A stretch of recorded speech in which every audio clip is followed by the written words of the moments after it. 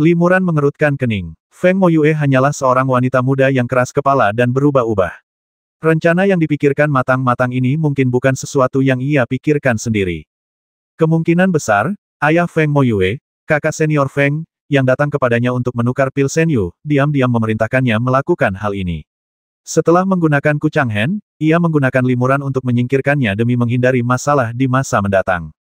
Aku memang pantas mati, kata Kuchang Hen dengan penuh penyesalan, jika aku tidak mendambakan fondasi keluarga Feng yang berusia 1000 tahun, aku tidak akan membiarkan dia bergantung padaku.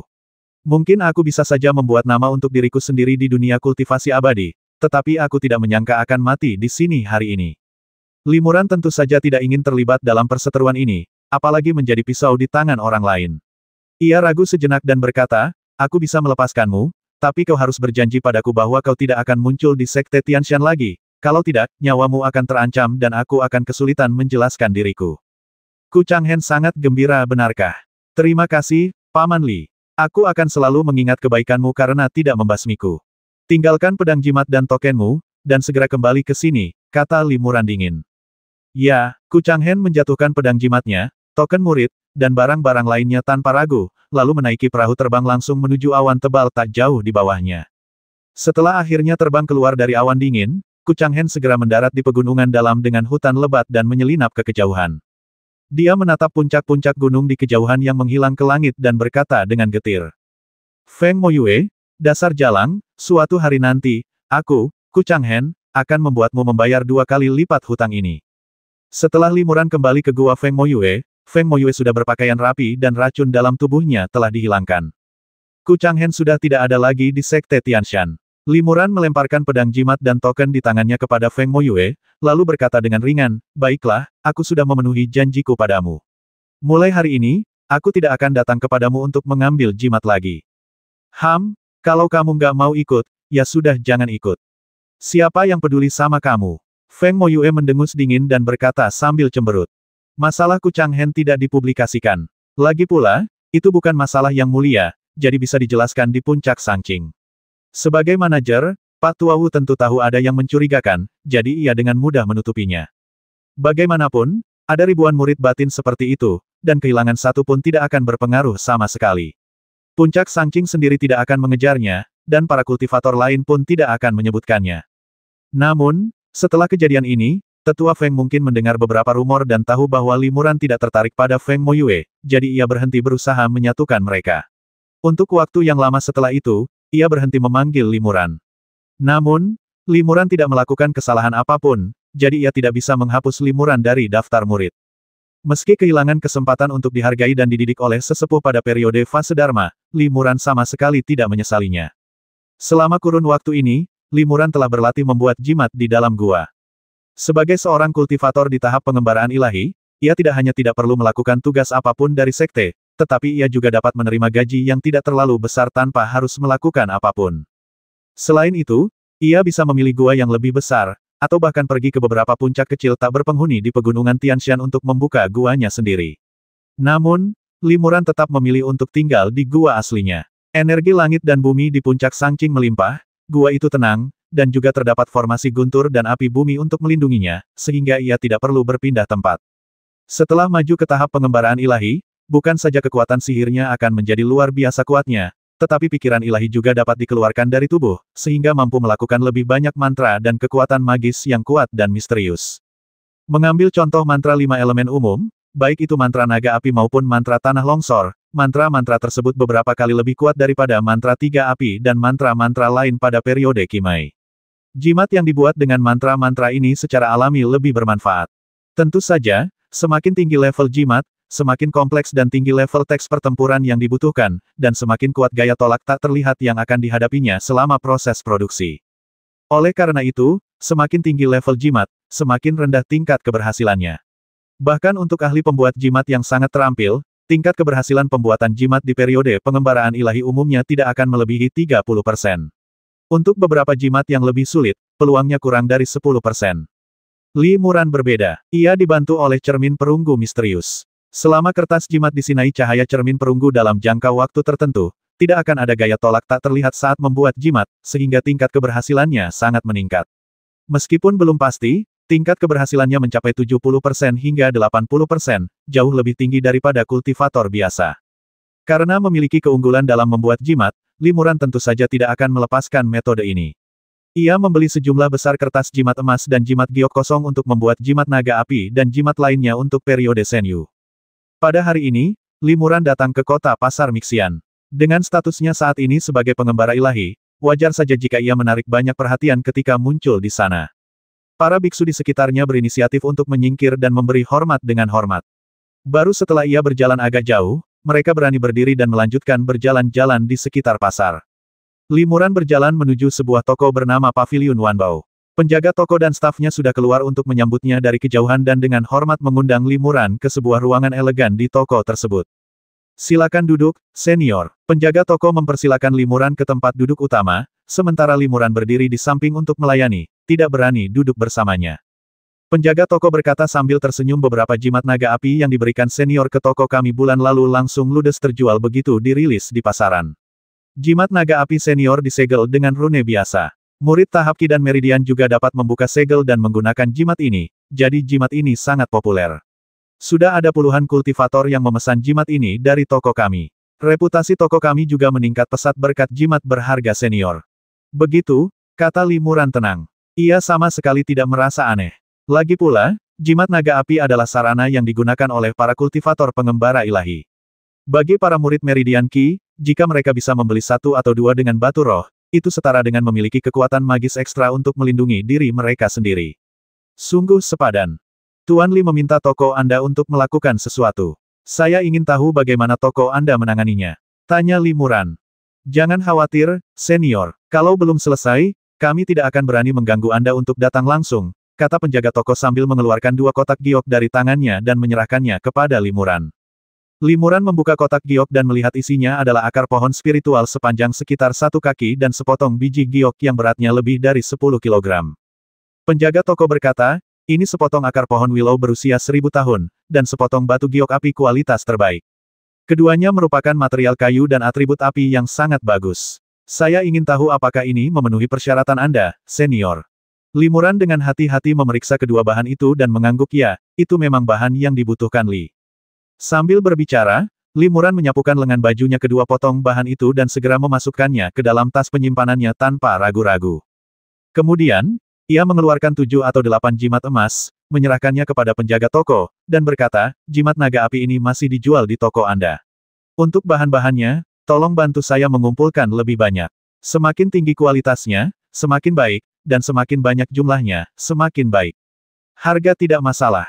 Ya, kami para junior pasti akan menyelesaikannya dan tidak akan membiarkanmu mengkhawatirkannya. Si penjaga toko menerima jimat emas itu dengan gembira dan membungkuk tanda setuju. Tidak lama kemudian, Limuran kembali ke Sekte Tianshan dengan membawa materi ini. Bahan-bahan ini adalah bahan baku yang digunakan Limuran untuk membuat kertas jimat tingkat tinggi. Jimat emas dan giok biasa masih bisa dibeli di pasaran, tetapi kertas jimat tingkat tinggi sulit dibeli dan hanya bisa dibuat sendiri.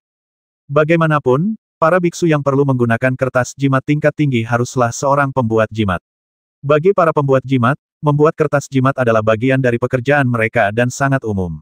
Selain itu, bahan-bahan berkualitas tinggi tidak mudah didapat, sehingga sebagian besar kertas jimat tingkat tinggi yang mereka buat disimpan untuk digunakan sendiri dan tidak akan dijual.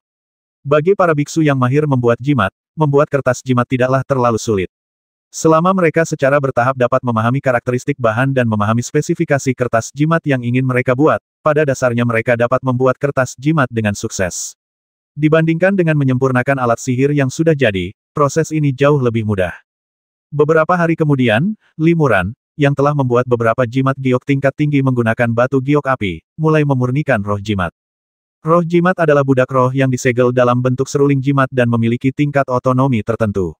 Semakin tinggi level roh jimat, semakin kuat kemampuannya. Untuk membuat roh jimat, setidaknya dibutuhkan jimat giok tingkat tinggi seperti ini.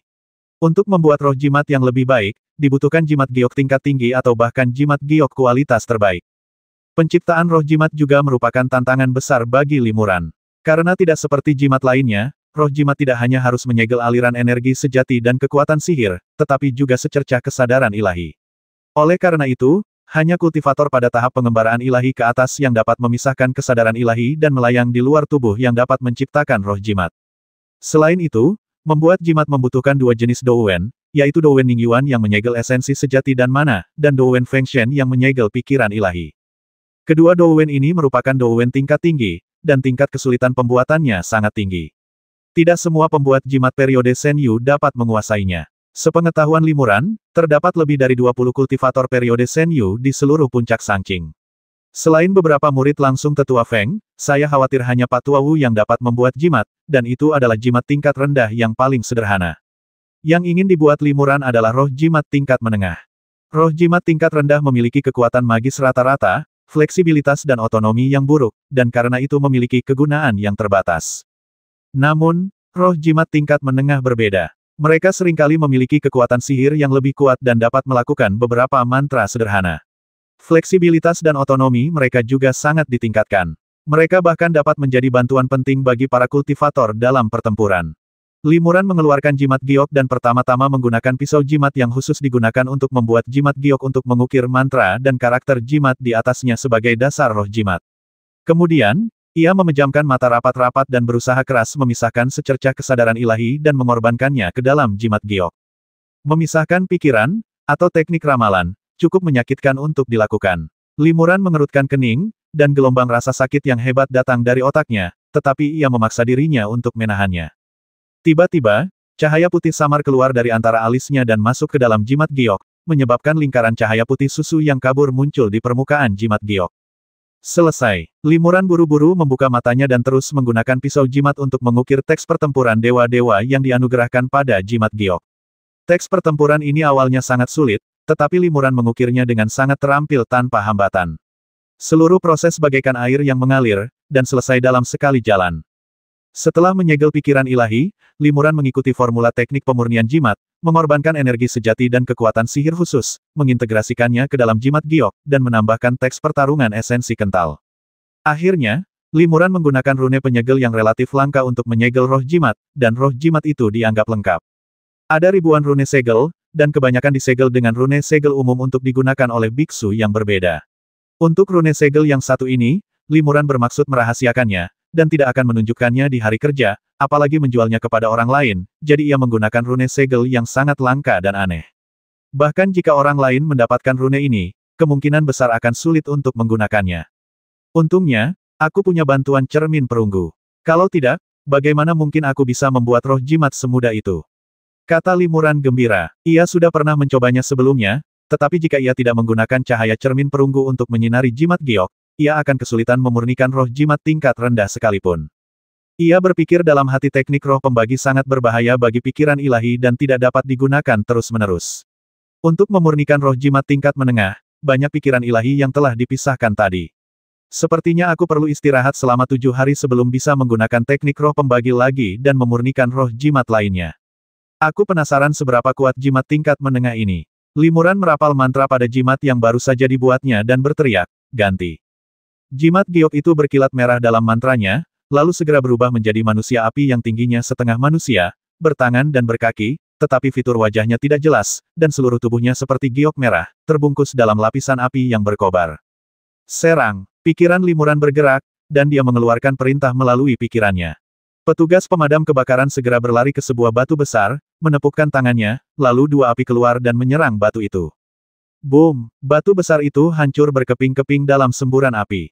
Bagus. Kekuatan serangan jimat atribut api ini seharusnya setara dengan seorang kultivator saluran ki tingkat akhir biasa. Limuran mengangguk diam-diam, dan berpikir dalam hati kumpulkan.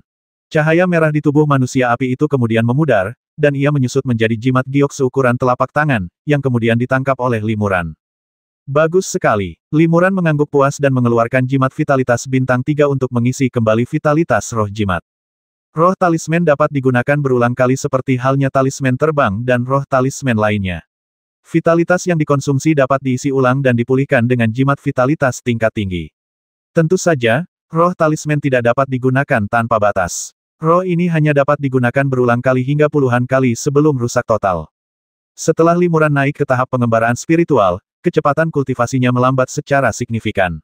Alasannya adalah, pertama, para kultivator tahap pengembaraan spiritual membutuhkan lebih banyak mana untuk meningkatkan kultivasi mereka, sehingga kultivasi mereka secara alami tidak sebanding dengan kultivator tahap meridian ki kedua, tidak ada sarana bantu seperti eliksir. Pil yang diminum oleh para kultivator Kimai sudah membutuhkan berbagai macam ramuan spiritual dan obat-obatan yang berusia ratusan tahun untuk dimurnikan. Namun, semua sekte dan pegunungan besar pada dasarnya memiliki kebun obat yang luas yang dapat membudidayakan ramuan spiritual tersebut. Selain itu, keterampilan alkimia dari berbagai jenis pil yang dibutuhkan oleh para pengikut Kimai juga sangat canggih, dan banyak kultivator dapat memurnikannya. Oleh karena itu, selama terdapat cukup batu spiritual, pil spiritual ini dapat dibeli terus-menerus, yang memungkinkan para kultivator untuk meningkatkan kecepatan kultivasi mereka di alam Kimai. Tentu saja, jika kualifikasinya biasa saja dan tidak ada sarana bantu seperti eliksir, kemajuan kultivator Kimai juga lambat. Banyak orang yang berada di tahap Kimai seumur hidup mereka, dan itulah alasannya. Namun, setelah mencapai tahap pengembaraan ilahi, memang ada beberapa eliksir yang dapat meningkatkan kemampuan para kultivator tahap pengembaraan ilahi. Namun, bahan baku yang dibutuhkan untuk alkimia sangat tua atau sangat langka dan sulit dibudidayakan secara artifisial. Dengan bahan baku yang lebih sedikit untuk alkimia, eliksir tersebut secara alami lebih berharga. Oleh karena itu, sulit bagi para alkemis untuk mengasah keterampilan mereka lagi pula, sangat sulit untuk mengumpulkan bahan baku untuk memurnikan tungku eliksir yang digunakan oleh para kultivator tahap pengembaraan ilahi, dan seorang alkemis di tahap pengembaraan ilahi mungkin tidak memiliki banyak kesempatan seperti itu dalam hidupnya.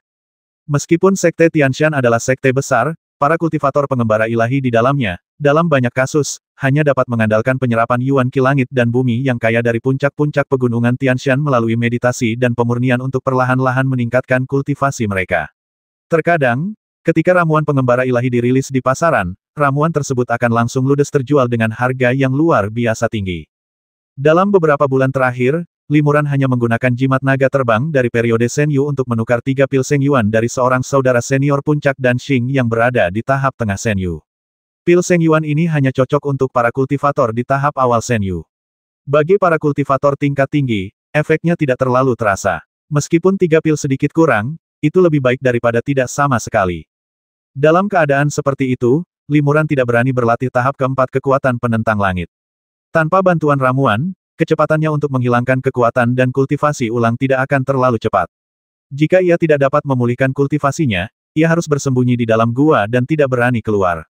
Suatu hari, Limuran sedang bermeditasi di dalam gua, dan tiba-tiba ia merasakan bahwa sebuah token di dalam tas penyimpanannya telah berubah, jadi ia menyimpan keahliannya dan mengeluarkan token tersebut. Ini adalah token biksu tahap pengembaraan ilahi miliknya. Dengan token ini, ia dapat dengan bebas masuk dan keluar dari semua tempat di puncak Tianshan kecuali area terlarang. Ia juga dapat memerintahkan beberapa murid tahap Kimai untuk melayaninya. Selain itu, jika sekte memiliki misi yang harus ditugaskan, sekte tersebut juga akan memberitahunya melalui token ini. Ini sebenarnya misi sekte. Limuran terkejut. Sebagai seorang kultivator di tahap pengembaraan ilahi, sekte biasanya akan memberinya gaji dan menyediakan lingkungan pelatihan yang sangat baik untuknya, tetapi satu-satunya syaratnya adalah ia tidak boleh menolak tanpa alasan ketika sekte memberikan misi penting. Namun, konon misi sekte semacam ini jarang terjadi. Banyak biksu periode Senyu telah tinggal di sekte tersebut selama lebih dari 10 tahun dan tidak pernah menemukannya. Limuran baru maju ke periode Senyu selama beberapa bulan, tetapi dia sudah menerima misi sekte. Limuran mengerutkan kening dan berkata pada dirinya sendiri bahwa dia tidak beruntung. Kurung siku buka koma tanda seru. Kurung siku tutup titik. Tetapi dia tidak punya cara untuk menolak, jadi dia harus berkemas dan meninggalkan gua, lalu mengeluarkan jimat giok hijau. Selain rune kompleks yang terukir pada jimat giok, ada juga naga hijau yang terukir di atasnya. Ini adalah roh jimat terbang periode Senyu yang dia sempurnakan sendiri, jimat naga terbang. Limuran merapal mantra pada jimat giok tersebut, yang kemudian memancarkan cahaya hijau dan berubah menjadi naga giok hijau. Naga hijau itu membesar tertiup angin dan dalam sekejap menjadi beberapa kaki panjangnya, begitu agung. Limuran melompat dan menginjak naga biru. Dengan ketukan ringan, naga biru membawanya pergi dari puncak Sangqing dan terbang ke Aula Juxian di puncak Taiking, yang bertanggung jawab atas urusan para biksu pengembara ilahi. Setelah terbang ke sekitar puncak Taiking, Limuran melihat banyak kultivator terbang ke arah sini, ada yang mengendarai pedang terbang atau menerbangkan alat sihir, dan mereka semua adalah kultivator di periode Senyu seperti dia. Setelah mendarat di puncak Taiking dan memasuki Aula Juxian, Limuran mendapati sudah ada lebih dari 20 kultivator periode Senyu di sana. Tak lama kemudian, total 50 atau 60 orang datang satu demi satu. Orang-orang ini semuanya adalah kultivator pengembara ilahi, dan mereka semua terinspirasi oleh misi sekte dan datang ke sini secara khusus. Namun, mereka tidak begitu mengerti apa misinya, sehingga mereka semua cukup bingung dan mendiskusikannya. Limuran duduk di sudut aula, menunggu dengan tenang. Ia mendapati bahwa sebagian besar kultivator Divine Wandering di sekitarnya adalah kultivator Divine Wandering tahap menengah. Hanya ada 7 atau 8 kultivator Divine Wandering tahap awal seperti dirinya. Sedangkan untuk kultivator Divine Wandering tahap akhir yang auranya jelas lebih kuat, sebenarnya ada beberapa. Tak lama kemudian, seorang wanita tua berambut perak berjalan memasuki aula, diikuti oleh 7 atau 8 kultivator wanita. Para kultivator wanita ini semuanya berada di tahap pengembaraan ilahi, dengan sosok yang anggun, tetapi mereka semua mengenakan kerudung khusus. Bahkan seorang kultivator tahap pengembaraan ilahi seperti Limuran pun tidak dapat melihat wajah para kultivator wanita ini dengan jelas. Adapun perempuan tua itu, meskipun rambutnya keperakan dan alisnya putih, kulitnya tetap sehalus dan selembut gadis muda.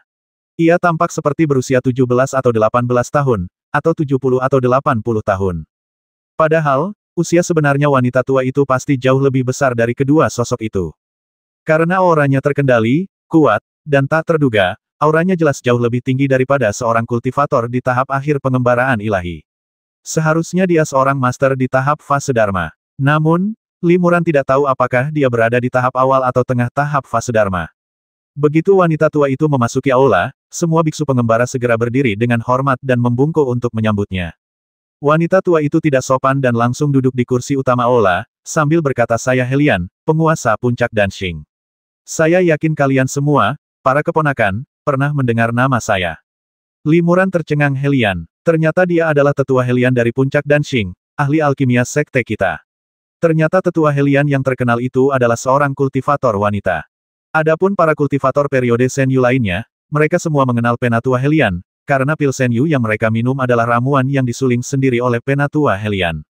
Dapat dikatakan bahwa di seluruh sekte Tianshan, dalam 100 tahun terakhir, semua murid yang maju ke periode Senyu mengandalkan pil Senyu yang disuling oleh Penatua Helian untuk maju ke periode Senyu, sehingga nama Penatua Helian memang dikenal semua orang. Salam, Tetua Helian. Semua kultivator bergegas memberi hormat.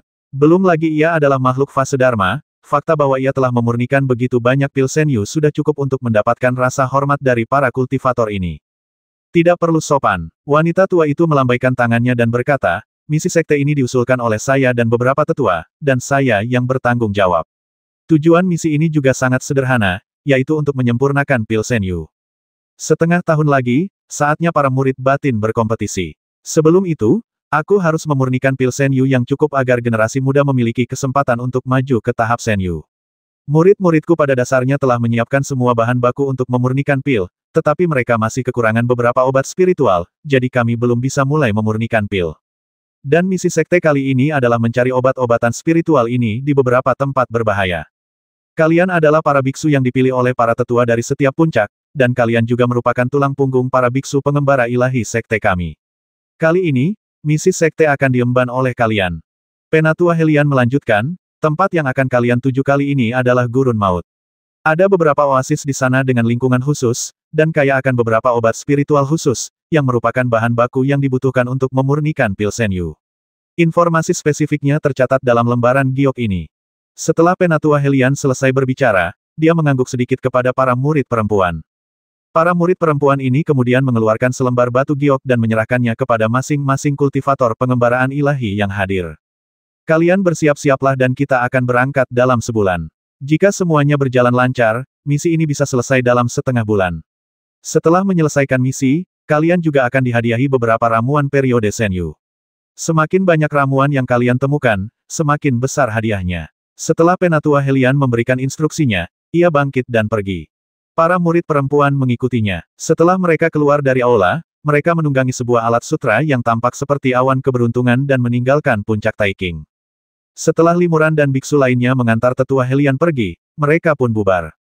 Ternyata ini misi sekte yang dibentuk untuk menyempurnakan pil Senyu. Di tengah perjalanan kembali ke puncak Sangqing, Limuran mengerutkan kening, logikanya, ini misi sekte biasa, dan orang-orang seharusnya diberi peringkat berdasarkan senioritas. Kenapa giliranku? Terdapat lebih dari 1000 biksu periode Senyu di sekte Tianshan. Meskipun beberapa murid inti memiliki identitas khusus dan tidak perlu menjalankan misi pil Senyu ini hanya akan dijalankan setiap 3 hingga 5 tahun sekali, dan setiap kali hanya membutuhkan puluhan biksu periode Senyu. Biasanya, Seorang biksu periode Senyu hanya akan menjalankan misi semacam itu setiap 60 hingga 70 tahun sekali. Puncak Sangqing juga memiliki lebih dari 20 kultivator periode Senyu, dan hanya satu dari mereka yang perlu dikirim untuk menjalankan misi sekte. Bagaimanapun, seharusnya bukan giliran Limuran, yang baru saja maju ke periode Senyu selama setengah tahun, untuk menjalankan misi ini. Terlebih lagi, tempat yang mereka tuju adalah Gurun Maut. Limuran pernah ke sana sebelumnya dan tahu bahwa ada banyak bahaya di sana. Akan sulit bagi para murid tahap Kimai untuk melindungi diri mereka sendiri, sehingga sekte akan mengirimkan biksu tahap Senyu untuk menjalankan misi tersebut. Dengan kata lain, misi ini cukup berbahaya, dan biksu Senyu tingkat menengah yang lebih kuat seharusnya dikirim. Setelah Limuran kembali ke puncak Sangqing, dia menceritakan hal ini kepada Pak Tua Wu, yang juga terkejut. Pak Tua Wu berkata, "Adik muda Li, saya berani mengatakan ini kepada Anda secara pribadi. Secara logika, Anda adalah murid langsung guru, dan misi semacam ini tidak akan diberikan kepada Anda. Namun, Anda harus menyadari niat guru untuk menerima Anda sebagai murid. Karena Anda telah menolak kebaikan guru, tentu saja Anda bukan murid inti. Dan Anda mungkin pernah menyinggung seseorang sebelumnya, jadi saya mengambil kesempatan ini untuk membiarkan Anda mengambil risiko menjalankan misi ini." "Saudara Wu, bukankah kau sedang membicarakan Saudara Feng?" Limuran tersenyum getir. "Guru, tentu saja, tidak akan menanyakan hal-hal sepele seperti itu. Satu-satunya orang di puncak Sangqing yang bisa mengatur hal seperti itu adalah Saudara Feng, murid tertua sekaligus keponakan guru." Pak Tua Wu mengangguk, namun tidak berkata banyak. Limuran tahu betul bahwa ia pertama kali menolak tawaran kakak senior Feng untuk menukar pil Senyu, dan kemudian menolak menikahi Mo Yue dan masuk ke dalam keluarga Feng. Atas dua hal ini, kakak senior Feng pasti tidak puas dengannya. Jika ia tidak mampu mencapai tahap Senyu dan hanya seorang murid tahap Kimai, ia mungkin telah melenyapkannya secara diam-diam seperti yang ia lakukan pada Kuchang Hen. Namun, karena ia berada di sekte tersebut, ia tidak punya pilihan lain. Limuran tidak bisa menolak misi ini. Bagi seorang kultivator di tahap pengembaraan ilahi, menolak misi tanpa alasan adalah pengkhianatan terhadap sekte, yang merupakan kejahatan serius. Setelah kembali ke gua, Limuran mulai membuat jimat dan seruling lagi. Karena misinya tak terelakkan, ia akan memanfaatkan bulan ini untuk membuat lebih banyak persiapan. Pada saat yang sama, ia juga menanyakan situasi kepada para kultivator lain yang telah menjalankan misi Senyu dan ia merasa sedikit lega ketika mengetahui bahwa bahayanya tidak terlalu besar dan sebagian besar murid dapat kembali dengan selamat. Sebulan kemudian, Limuran dan 50 biksu periode Senyu lainnya berkumpul di puncak Taiking. "Hei, saudara muda Li, bukankah kau baru saja naik ke tahap pengembaraan ilahi? Kenapa kau datang ke sini untuk menjalankan misi sekte secepat ini?" Seorang kultivator parubaya berjubah putih bertanya dengan rasa ingin tahu ketika melihat Limuran. Limuran menyadari bahwa kultivator parubaya ini bermarga Leng. Ia mempraktikkan teknik langka yang berkaitan dengan es dan berada di tahap tengah alam pengembaraan ilahi. Ia cukup terkenal di kalangan kultivator alam pengembaraan ilahi di Sekte Tianshan. Namun, alasan mengapa ia begitu terkenal adalah karena putrinya, Leng Bing'er, gadis kecil dengan cahaya dingin ekstrim bawaan yang telah melangkah ke lantai 71 tangga surgawi beberapa tahun yang lalu. "Ya, kudengar saudara muda Li diterima sebagai murid oleh tetua Feng. Kenapa dia tidak fokus pada kultivasinya saja, tapi malah datang untuk menjalankan misi berbahaya seperti itu?" Kultivator lain juga sangat penasaran. Limuran tersenyum pahit dan berkata, "Mungkin guru ingin aku mendapatkan lebih banyak pengalaman. Aku juga bisa memanfaatkan kesempatan ini untuk belajar dari kalian, saudara-saudara senior. Kuharap kalian bisa memberiku nasihat." "Baiklah, baiklah," kakak senior Leng tersenyum dan mengangguk. "Ngomong-ngomong, kakak senior Leng, kenapa aku tidak melihatmu saat tetua Helian menugaskanku terakhir kali?" tanya Limuran. Kakak senior Leng tersenyum dan berkata, "Awalnya, saya tidak perlu menjalankan misi ini, tetapi adik junior dari puncak kami yang seharusnya menjalankan misi sekte mengalami kecelakaan saat berlatih dan menderita luka dalam yang serius. Saya memiliki hubungan yang baik dengannya, jadi saya melaporkannya kepada sekte dan menawarkan diri untuk menyelesaikan misi ini untuknya." Begitu, puji Limuran, semua orang bilang kakak senior Leng menyayangi putrinya seperti nyawanya sendiri, tapi aku tak menyangka dia begitu setia kepada sesama murid. Sungguh mengagumkan.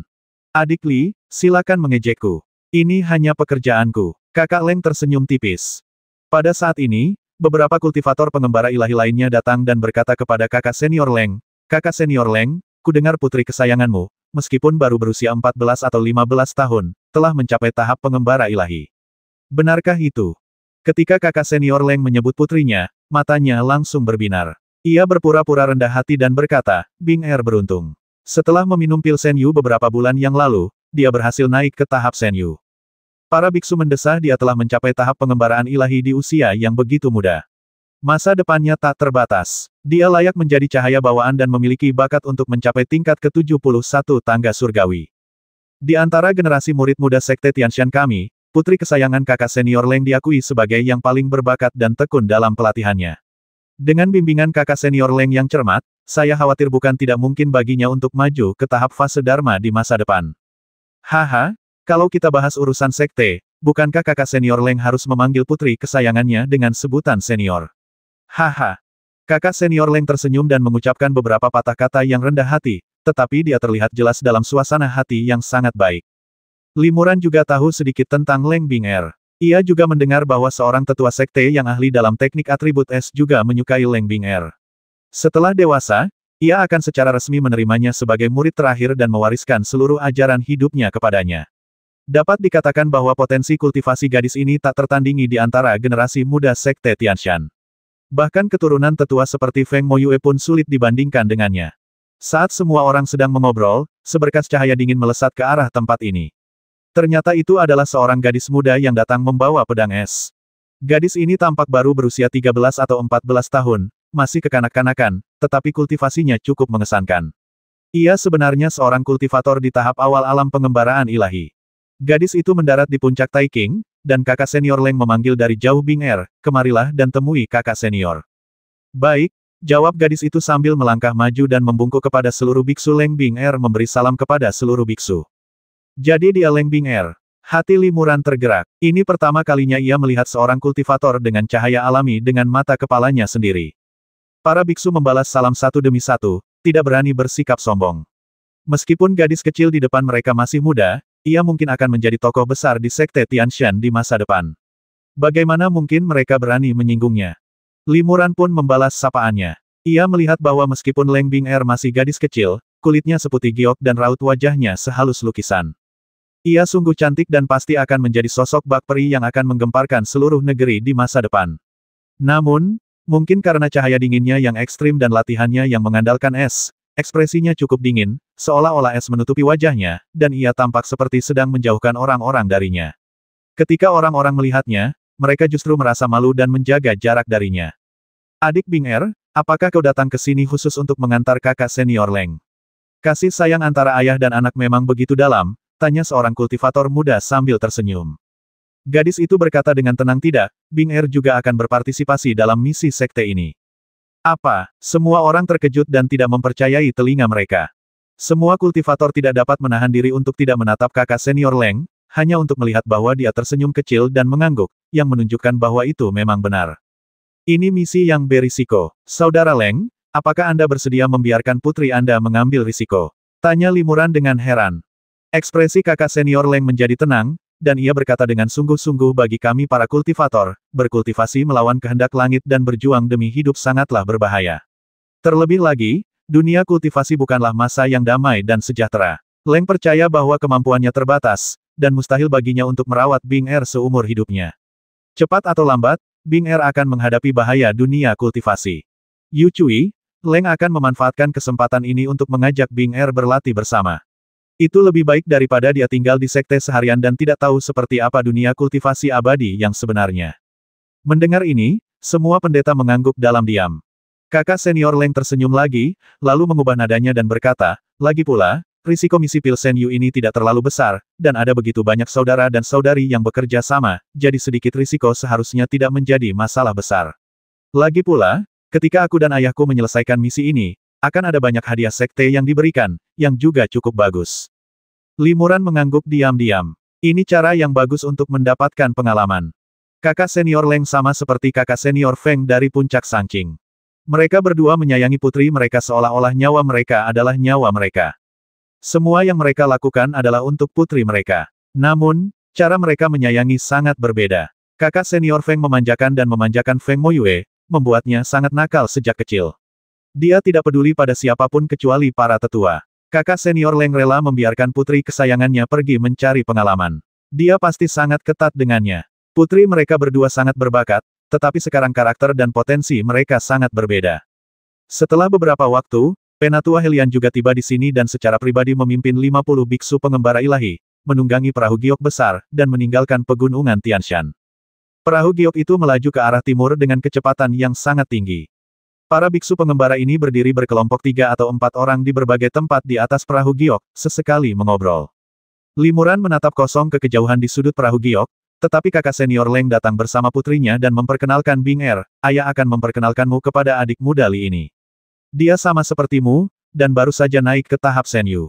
Dalam kompetisi murid inti 2 tahun lalu, murid yang bertarung selama 3 jam dan akhirnya mengalahkan murid puncak F Guk Guk yang sangat berbakat, Ni Seng, adalah adik muda Limuran ini. Halo, kakak senior Li. Saya sudah lama mendengar nama Anda. Leng Bing Er membungkuk dengan sopan. Limuran tersenyum sedikit malu dan berkata, nama saudari junior Bing Er sangat terkenal. Ketika saya pertama kali bergabung dengan sekte ini, saya sudah mendengar tentang prestasinya mendaki lantai 71 tangga surgawi. Sungguh mengagumkan bahwa dia telah mencapai tahap pengembaraan ilahi di usia yang begitu muda. Dia diakui sebagai orang nomor 1 dengan bakat cahaya ilahi di sekte Tianshan. Leng Bing Er berkata bakat cahaya ilahi hanyalah hal sekunder. Bakat kultivasi dan ketekunan yang diperoleh adalah yang terpenting. Kakak senior Li tidak hanya ahli dalam membuat dan menggunakan jimat, tetapi dia juga mampu mengalahkan Nirvana, yang juga sangat berbakat. Ini sungguh mengagumkan. Baiklah, kalian berdua sebaiknya berhenti saling menyanjung. Kakak senior Leng berkata sambil tersenyum, sebenarnya, kudengar kakak muda Li punya binatang roh serigala perak, dan aku sangat ingin melihatnya. Aku ingin tahu apakah kakak muda Li ada waktu. Limuran tertegun, lalu berkata dengan sedikit malu ya, sejujurnya, makhluk rohku suka tidur di siang hari. Sekaranglah waktunya untuk tidur nyenyak, jadi kurasa itu kurang nyaman. Kakak senior Leng sedikit kecewa, tetapi ia tidak memaksakan diri. Ia tersenyum dan berkata, kalau begitu, lupakan saja. Lagi pula, aku punya waktu setengah bulan untuk menyelesaikan misi sekte kali ini, jadi aku pasti bisa bertemu denganmu. Leng Bing Er juga mengangguk tanpa mengatakan apa-apa lagi. Kakak senior Leng berkata, ngomong-ngomong, kakak muda Li, untuk misi ini, kita akan dibagi menjadi 10 tim, masing-masing beranggotakan 5 orang, untuk mencari obat spiritual bersama. Dengan begitu, meskipun menghadapi bahaya, kita bisa saling menjaga. Kalau kakak tidak keberatan, bagaimana kalau kakak membentuk tim bersama Leng dan putrinya? Sebelum Limuran setuju, seorang biksu muda di sebelahnya datang dengan gembira dan berkata, bagus, saudara senior Leng, apakah Anda akan membentuk tim? Bolehkah saya bergabung dengan tim juga? Pemuda ini juga berada di tahap tengah alam pengembaraan ilahi, dan tampak cukup muda, mungkin berusia 27 atau 28 tahun. Namun, karena keberadaan pil anti penuaan dan beberapa teknik serupa, sulit untuk menilai usia sebenarnya seorang kultivator hanya dari penampilannya. Tentu saja, selamat datang, kata kakak senior Leng sambil tersenyum, lalu menatap Limuran dengan pandangan ingin tahu, menunggu jawabannya. Merupakan suatu kehormatan besar memiliki seorang saudara senior yang berpengalaman seperti saudara senior Leng untuk memimpin tim. Limuran langsung setuju. Ia sangat tertarik pada Leng Bing Er, seorang kultivator cahaya bawaan. Jika ia bisa menyaksikan kekuatan magis seorang kultivator cahaya bawaan saat menjalankan misi, perjalanan ini akan sangat berharga. Bagus, sekarang kita punya 4 orang di tim kita, kata pemuda yang berada di tahap tengah pengembaraan ilahi dengan gembira, saya Yang Tianzuo, seorang kultivator dari puncak Yanxing. Senang bertemu dengan kakak senior Leng, adik junior Bing Er, dan adik junior Li. Yang Tianzuo membungkuk kepada Limuran dan yang lainnya, dan Limuran dan yang lainnya membalas salam satu persatu dan mengucapkan beberapa kata sopan. Setelah itu, saudara senior Leng menemukan seorang biksu paruh baya lain yang akrab dengannya untuk bergabung dengan tim. Biksu ini adalah biksu Senyu tingkat menengah dari puncak Duanxing, dengan nama Margama. Limuran dan yang lainnya memanggilnya saudara senior Ma. Sebelum perahu giok mencapai gurun kematian, Limuran dan rekan-rekannya telah membentuk tim pada saat ini. Banyak biksu yang dikenal juga membuat janji untuk membentuk tim dan mencari ramuan bersama. 3 hari kemudian, perahu giok tiba di sebuah oasis yang rimbun di tengah gurun. Oasis itu tidak besar dan dapat dilihat dari udara. Oasis itu sebenarnya adalah sebuah danau yang membasahi vegetasi di sekitarnya hingga bermil-mil jauhnya, menciptakan sendewa kehijauan di tengah gurun yang luas. Penatua Helian memerintahkan ini adalah area gurun maut. Kalian harus membentuk tim masing-masing dan berangkat. Bertemu lagi di sini setengah bulan lagi. Para biksu bubar satu demi satu, dan Yang Tianzuo bertanya, kakak senior Ma, kakak senior Leng, kemana kita harus pergi untuk mencari pengobatan spiritual? Saudara senior Leng berkata, menurut peta topografi gurun maut yang tercatat dalam slip giok yang diberikan Penatua Helian kepada kami, terdapat banyak oasis serupa di dekat sini, dan oasis-oasis yang lebih besar justru merupakan tempat yang kaya akan obat-obatan spiritual. Ada juga bunga aneh bernama bunga Tianbao, juga dikenal sebagai mawar gurun, yang hanya ditemukan di gurun ini. Bunga ini juga merupakan salah satu obat-obatan spiritual yang perlu kita fokuskan untuk temukan. Ya, jika kita menemukan bunga Tianbao, sekte akan menghadiahi kita 5 pil guyuan, sejenis ramuan yang sangat berguna bagi semua kultivator di periode Senyu, kata Yang Tianzuo penuh semangat. Bagaimana kalau begini, kata kakak senior Leng ragu sejenak, lalu berkata, tadi aku melihat banyak saudara sedang menuju oasis terdekat, jadi ayo kita langsung ke oasis yang agak jauh. Ngomong-ngomong, kita harus mencari tempat-tempat ini untuk menemukan ramuannya. Dan di sepanjang jalan, kita juga bisa melihat apakah ada jejak bunga Tianbao. Kakak senior Madan Yang Tianzuo keduanya mengangguk, dan Li Muran tidak keberatan. Kelima orang dalam kelompok itu masing-masing menggunakan keahlian mereka dan terbang ke suatu tempat. Ayah dan anak perempuan bermarga Leng menggunakan pedang es untuk terbang, Yang Tianzuo juga menggunakan pedang terbang, tetapi pedang itu adalah pedang atribut api. Li Muran menggunakan jimat naga terbang, dan kakak senior Ma menggunakan senjata sihir terbang berbentuk bulu. Kecepatan senjata sihir bulu terbang ini jauh lebih cepat daripada yang lain, dan juga menghemat banyak mana. Seperti yang diharapkan dari seorang pemurni senjata dari puncak Duanxing, senjata sihir terbang kelas atas semacam ini, saya khawatir tidak banyak kultivator pengembara ilahi di sekte ini yang bisa menyempurnakannya, puji kakak senior Leng. Jimat naga terbang milik kakak muda Li juga sangat indah, dan tidak menghabiskan manamu sendiri, tetapi menghabiskan banyak jimat vitalitas untuk memulihkan vitalitasmu. Mereka berlima terbang perlahan di sepanjang jalan, memeriksa apakah ada bunga Tianbao di sepanjang jalan. Bunga eksotis ini adalah salah satu bahan baku untuk memurnikan pil Senyu, dan tersebar di seluruh gurun yang luas, tanpa wilayah yang pasti. Menemukannya sepenuhnya bergantung pada keberuntungan. Bunga Tianbao adalah faktor utama yang membatasi jumlah pil Senyu. Dengan kekuatan sekte Tianshan, bahan baku lain pada dasarnya dapat dikumpulkan dalam jumlah besar, tetapi sulit untuk mengatakan tentang bunga Tianbao. Jika tetua Helian beruntung dan menemukan lebih banyak bunga Tianbao, ia dapat memurnikan lebih banyak pil Senyu. Jika jumlah bunga Tianbao terlalu sedikit, jumlah pil Senyu secara alami akan berkurang drastis. Pada saat itu, akan menjadi 2 kali lipat lebih sulit untuk menonjol dari banyak murid inti dan mendapatkan pil Senyu. Dalam misi sekte ini, bunga Tianbao adalah yang terpenting, jadi hadiahnya pun paling berlimpah. Jika kamu menemukan bunga Tianbao, kamu akan mendapatkan 5 pil guyuan. Obat-obatan spiritual lainnya, tentu saja juga dibutuhkan, tetapi bukan yang terpenting, karena selain gurun maut, obat-obatan spiritual tersebut mungkin juga ditemukan di tempat lain, tetapi bunga Tianbao hanya ditemukan di gurun maut. Ngomong-ngomong soal gurun maut ini, kita harus sebut suku pasir. Adik muda Li, pernah dengar suku pasir? Tanya adik senior Leng tiba-tiba. Li Muran mengangguk. Saya sudah mendengar sedikit tentang itu. Orang-orang dari suku pasir. Tanya Leng Bing penasaran. Ini pertama kalinya ia mendengar tentang mereka. Yang Tianzuo segera berkata, aku tahu bahwa menurut rumor, ada ras khusus yang tinggal di gurun maut ini, yang disebut klan pasir. Orang-orang ini sangat aneh, bersembunyi di gurun selama beberapa generasi dan tidak pernah keluar. Konon, kafilah yang bepergian di gurun terkadang menemukan jejak klan pasir, tetapi orang-orang klan pasir ini sangat pemalu dan tidak pernah berkonflik dengan mereka, apalagi menyerang kafilah tersebut, jadi tidak masalah apakah ada orang klan pasir atau tidak.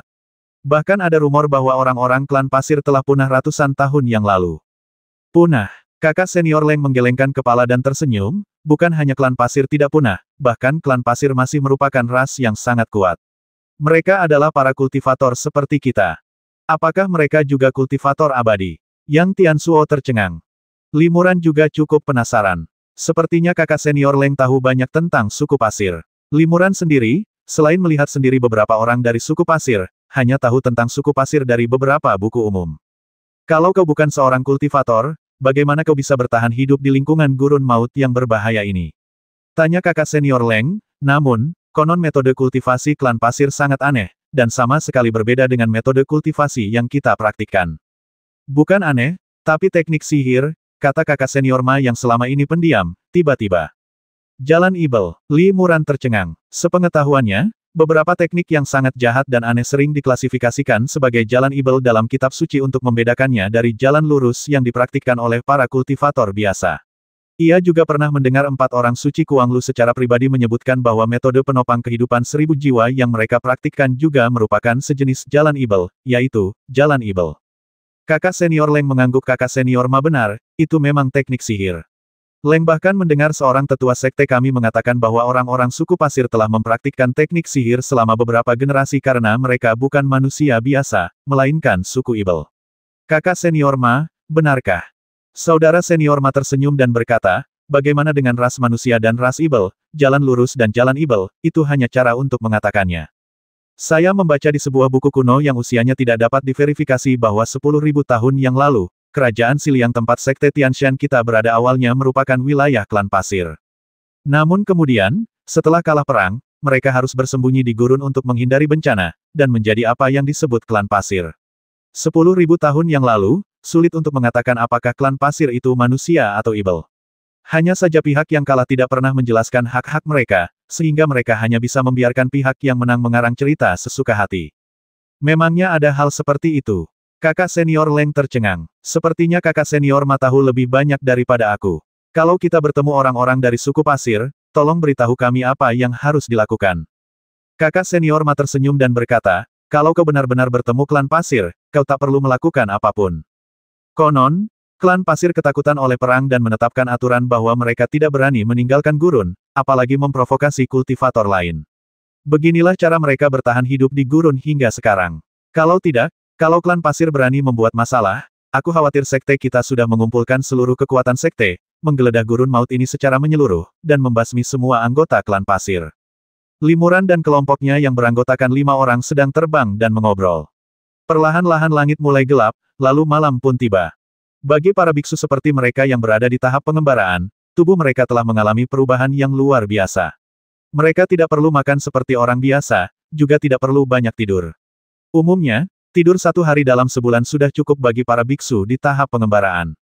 Jika mereka bermeditasi, mereka bahkan bisa tidak tidur sama sekali, karena meditasi sendiri merupakan cara terbaik bagi para biksu tingkat menengah dan tinggi untuk beristirahat. Kelima orang itu melanjutkan perjalanan mereka di malam hari. Gurun pasir sangat tenang malam ini. Sesekali, angin bertiup kencang dan menerbangkan pasir kuning, tetapi bagi seorang kultivator di tahap pengembaraan ilahi seperti Limuran, angin itu tak diragukan lagi adalah angin musim semi dan sama sekali tidak berbahaya. Tiba-tiba, Limuran melihat cahaya merah redup di atas bukit pasir di kejauhan. Meskipun cahayanya sangat redup, ia memiliki teknik pupil gelap dan penglihatannya yang luar biasa di malam hari, sehingga ia menyadarinya. Setelah terbang lebih dekat, yang lain juga menemukan titik cahaya. Ah, itu bunga Tianbao. Yang Tiansuo bersorak kegirangan, lalu buru-buru menginjak pedang terbang itu, melesat dan terbang ke sana.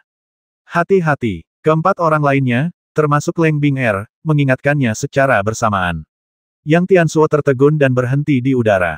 Leng Bing'er berkata, kudengar obat spiritual berkualitas baik biasanya dikelilingi oleh monster penjaga. Dan bunga Tianbao ini berada di bukit pasir yang mencolok dan dapat dilihat dari jauh. Jika tidak ada monster penjaga, bunga ini pasti sudah dimakan serangga dan binatang buas di gurun. Jadi, saudara senior Yang, lebih baik berhati-hati. Limuran mengangguk diam-diam. Apa yang dikatakan Leng Bing'er memang persis seperti yang dipikirkannya. Ia tidak menyangka Leng Bing'er, meskipun usianya masih muda, bertindak begitu hati-hati dan penuh pertimbangan, dan tidak seimpulsif yang Tiansuo. Kakak senior Ma juga mengangguk dan memuji seperti dugaanku, ayah harimau akan punya anak guk-guk. Bing'er benar sekali.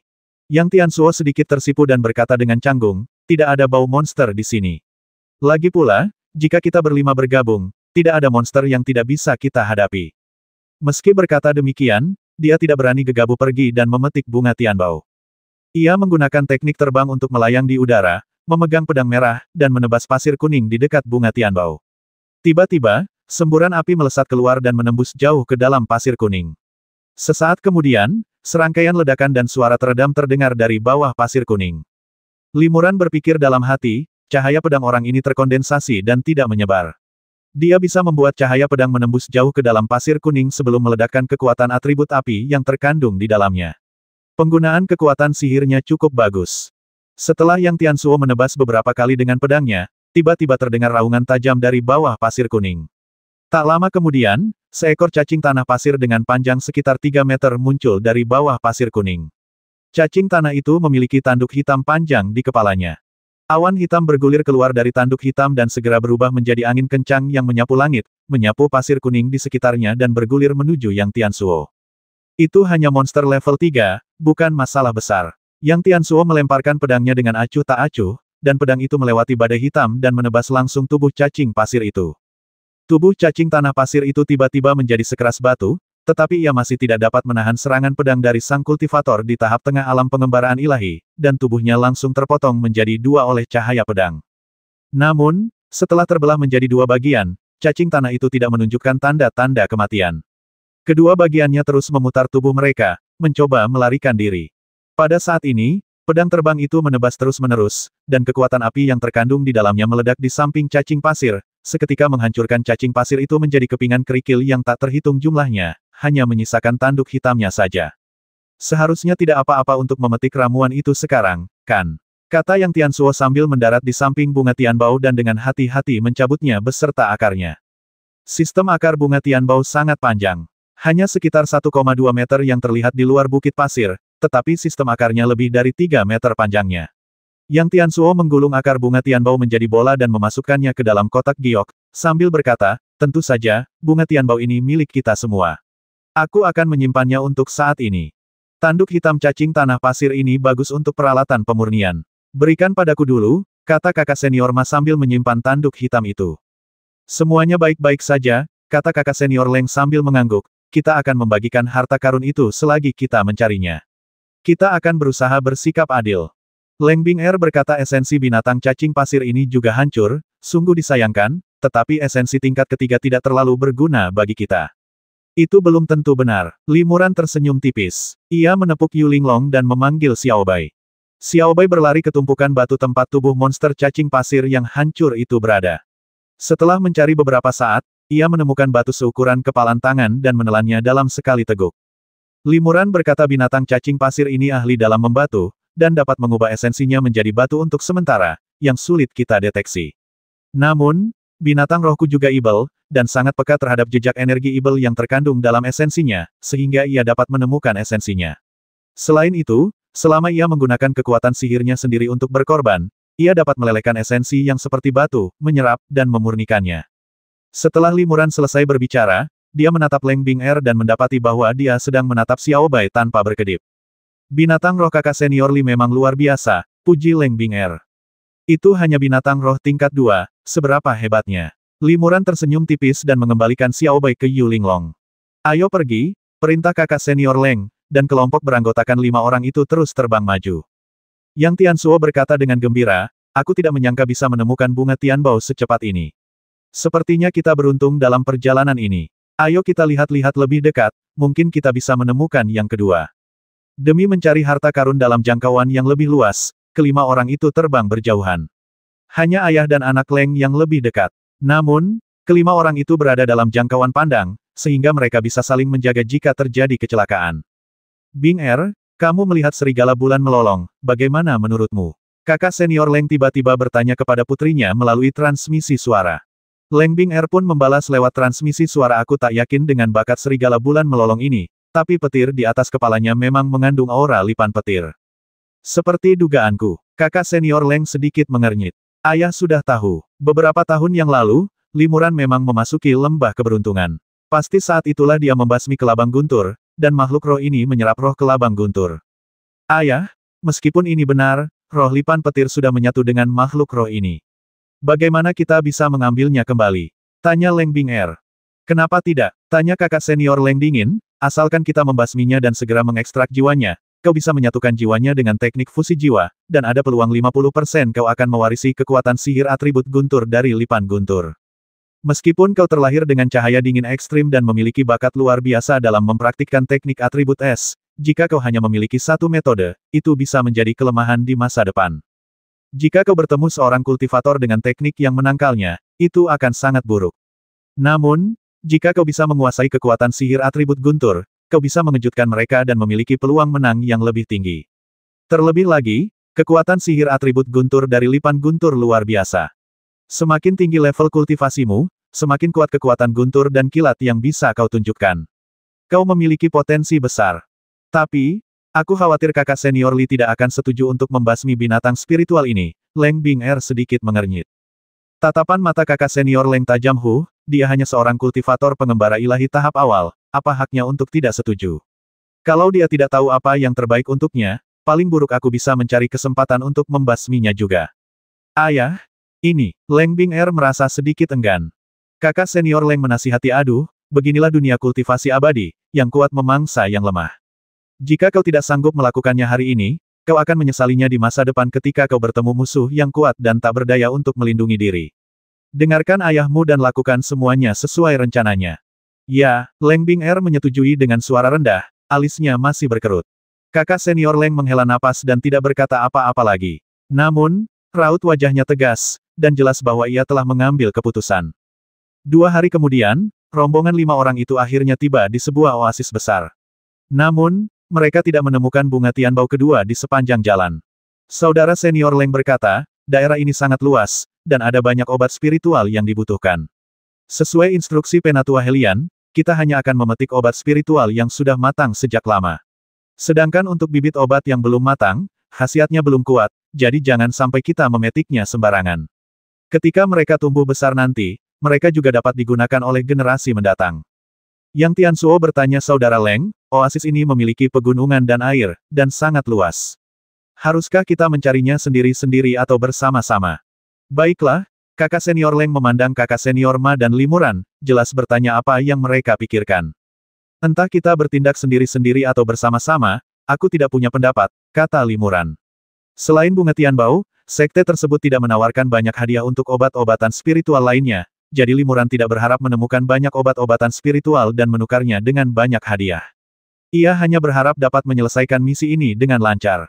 Menurut informasi yang ditinggalkan oleh Penatua Helian, tidak banyak bahaya di oasis ini kecuali beberapa monster, jadi Limuran merasa tidak masalah apakah mereka bertindak sendiri-sendiri atau bersama-sama. Kakak senior Ma juga mengangguk dan berkata, terserah. Sejak awal, kakak senior Ma tampak acuh tak acuh terhadap perjalanan ini. Sepertinya ia memiliki ide yang sama dengan Limuran. Ia tidak punya banyak harapan untuk mencari ramuan dan menukarnya dengan hadiah. Ia hanya ingin menyelesaikan misi dengan lancar. Kakak senior Leng mendengar ini dan berkata, kalau begitu, mari kita bagi menjadi 2 kelompok. Di satu sisi, kita bisa mencari lebih banyak harta, dan di sisi lain, kita bisa saling menjaga.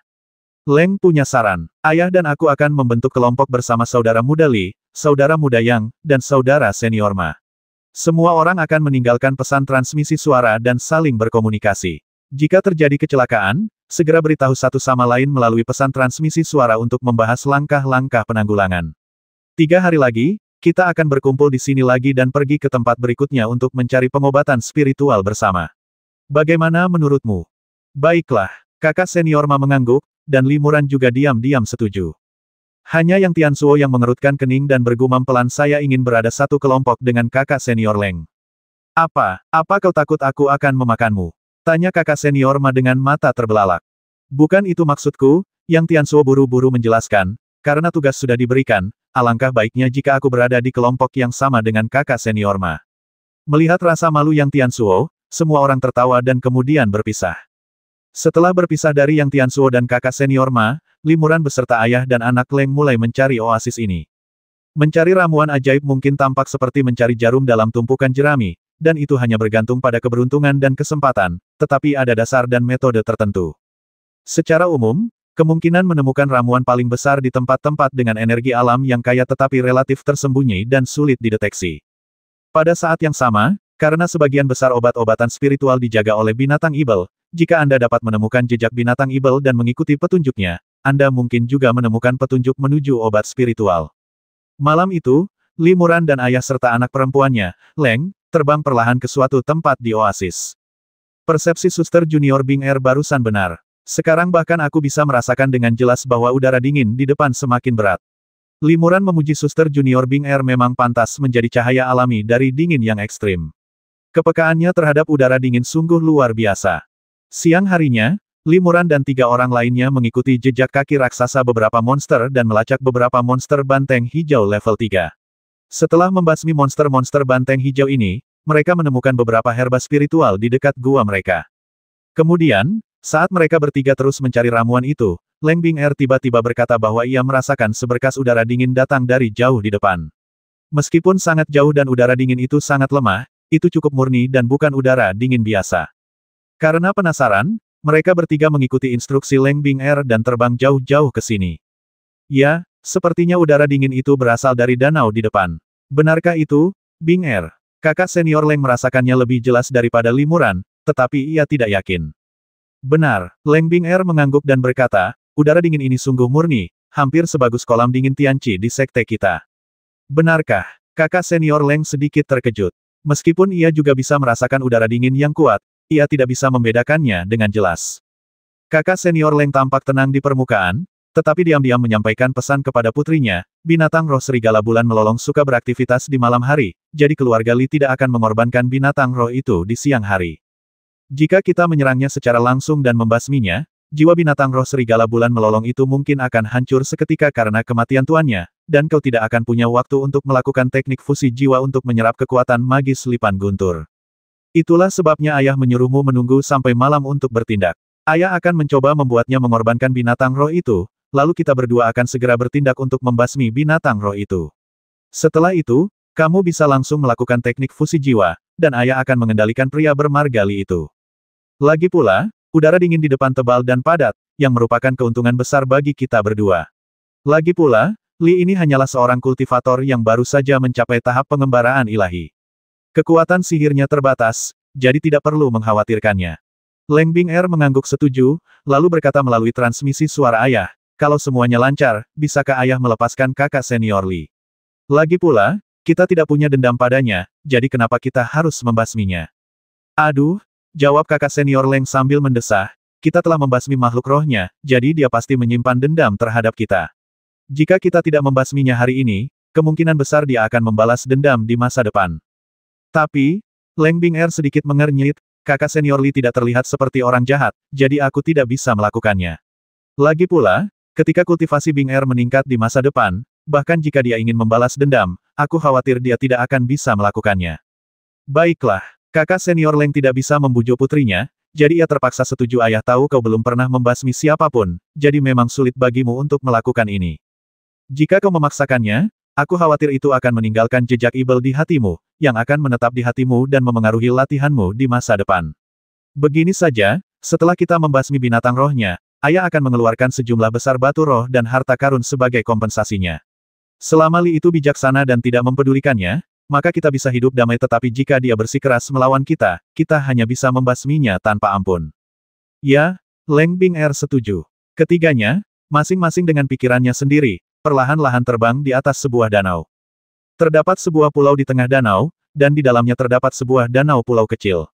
Karena lebarnya hanya 100 kaki, lebih tepat disebut danau pulau. Suhu di kolam di tengah pulau itu sangat rendah, dan kabut putih ada di mana-mana. Ketika seseorang mengulurkan tangan untuk meraihnya, kabut putih itu berubah menjadi partikel-partikel es kecil yang sangat dingin. Udara dingin keluar dari kolam di tengah pulau, kata Leng Bing Er. Selain udara dingin, sepertinya ada sedikit energi ibel di sini. Limuran mengerutkan kening. Memang, energi ibelnya tidak lemah. Mungkin kolam dingin ini sarang binatang ibel itu. Kakak senior Leng berkata dengan serius, pasti binatang ibel yang kuat yang bisa menjadikan kolam dingin ini sebagai sarangnya. Kakak muda Li, bagaimana kalau kau korbankan binatang roh itu dan cari sumber energi ibelnya dengan saksama? Limuran mengangguk, itulah maksudnya.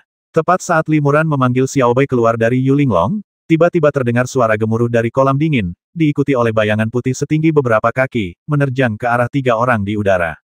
Bayangan putih ini sangat cepat, dengan bulu seputih salju di sekujur tubuhnya, dan tampak seperti harimau atau macan tutul, tetapi ukurannya 10 kali lebih besar daripada harimau atau macan tutul biasa. Macan tutul awan salju itu monster level 5. Kakak senior Leng terkejut. Ia tak menyangka ada monster level 5 di sini. Binatang ibel tingkat 5 setara dengan seorang kultivator manusia di tahap tengah alam pengembaraan ilahi. Terlebih lagi, binatang ibel memiliki bakat fisik yang lebih kuat dan seringkali dapat menggunakan kekuatan magis dan mantra yang lebih dahsyat, sehingga bahkan lebih menakutkan daripada seorang kultivator di tahap tengah alam pengembaraan ilahi. Menurut informasi yang diberikan oleh Penatua Helian, ada banyak monster di gurun ini, tetapi kebanyakan monster level 2 dan 3, dan ada juga beberapa monster level 4. Tanpa diduga, mereka bertemu monster level 5 di sini. Bing Er, cepat minggir.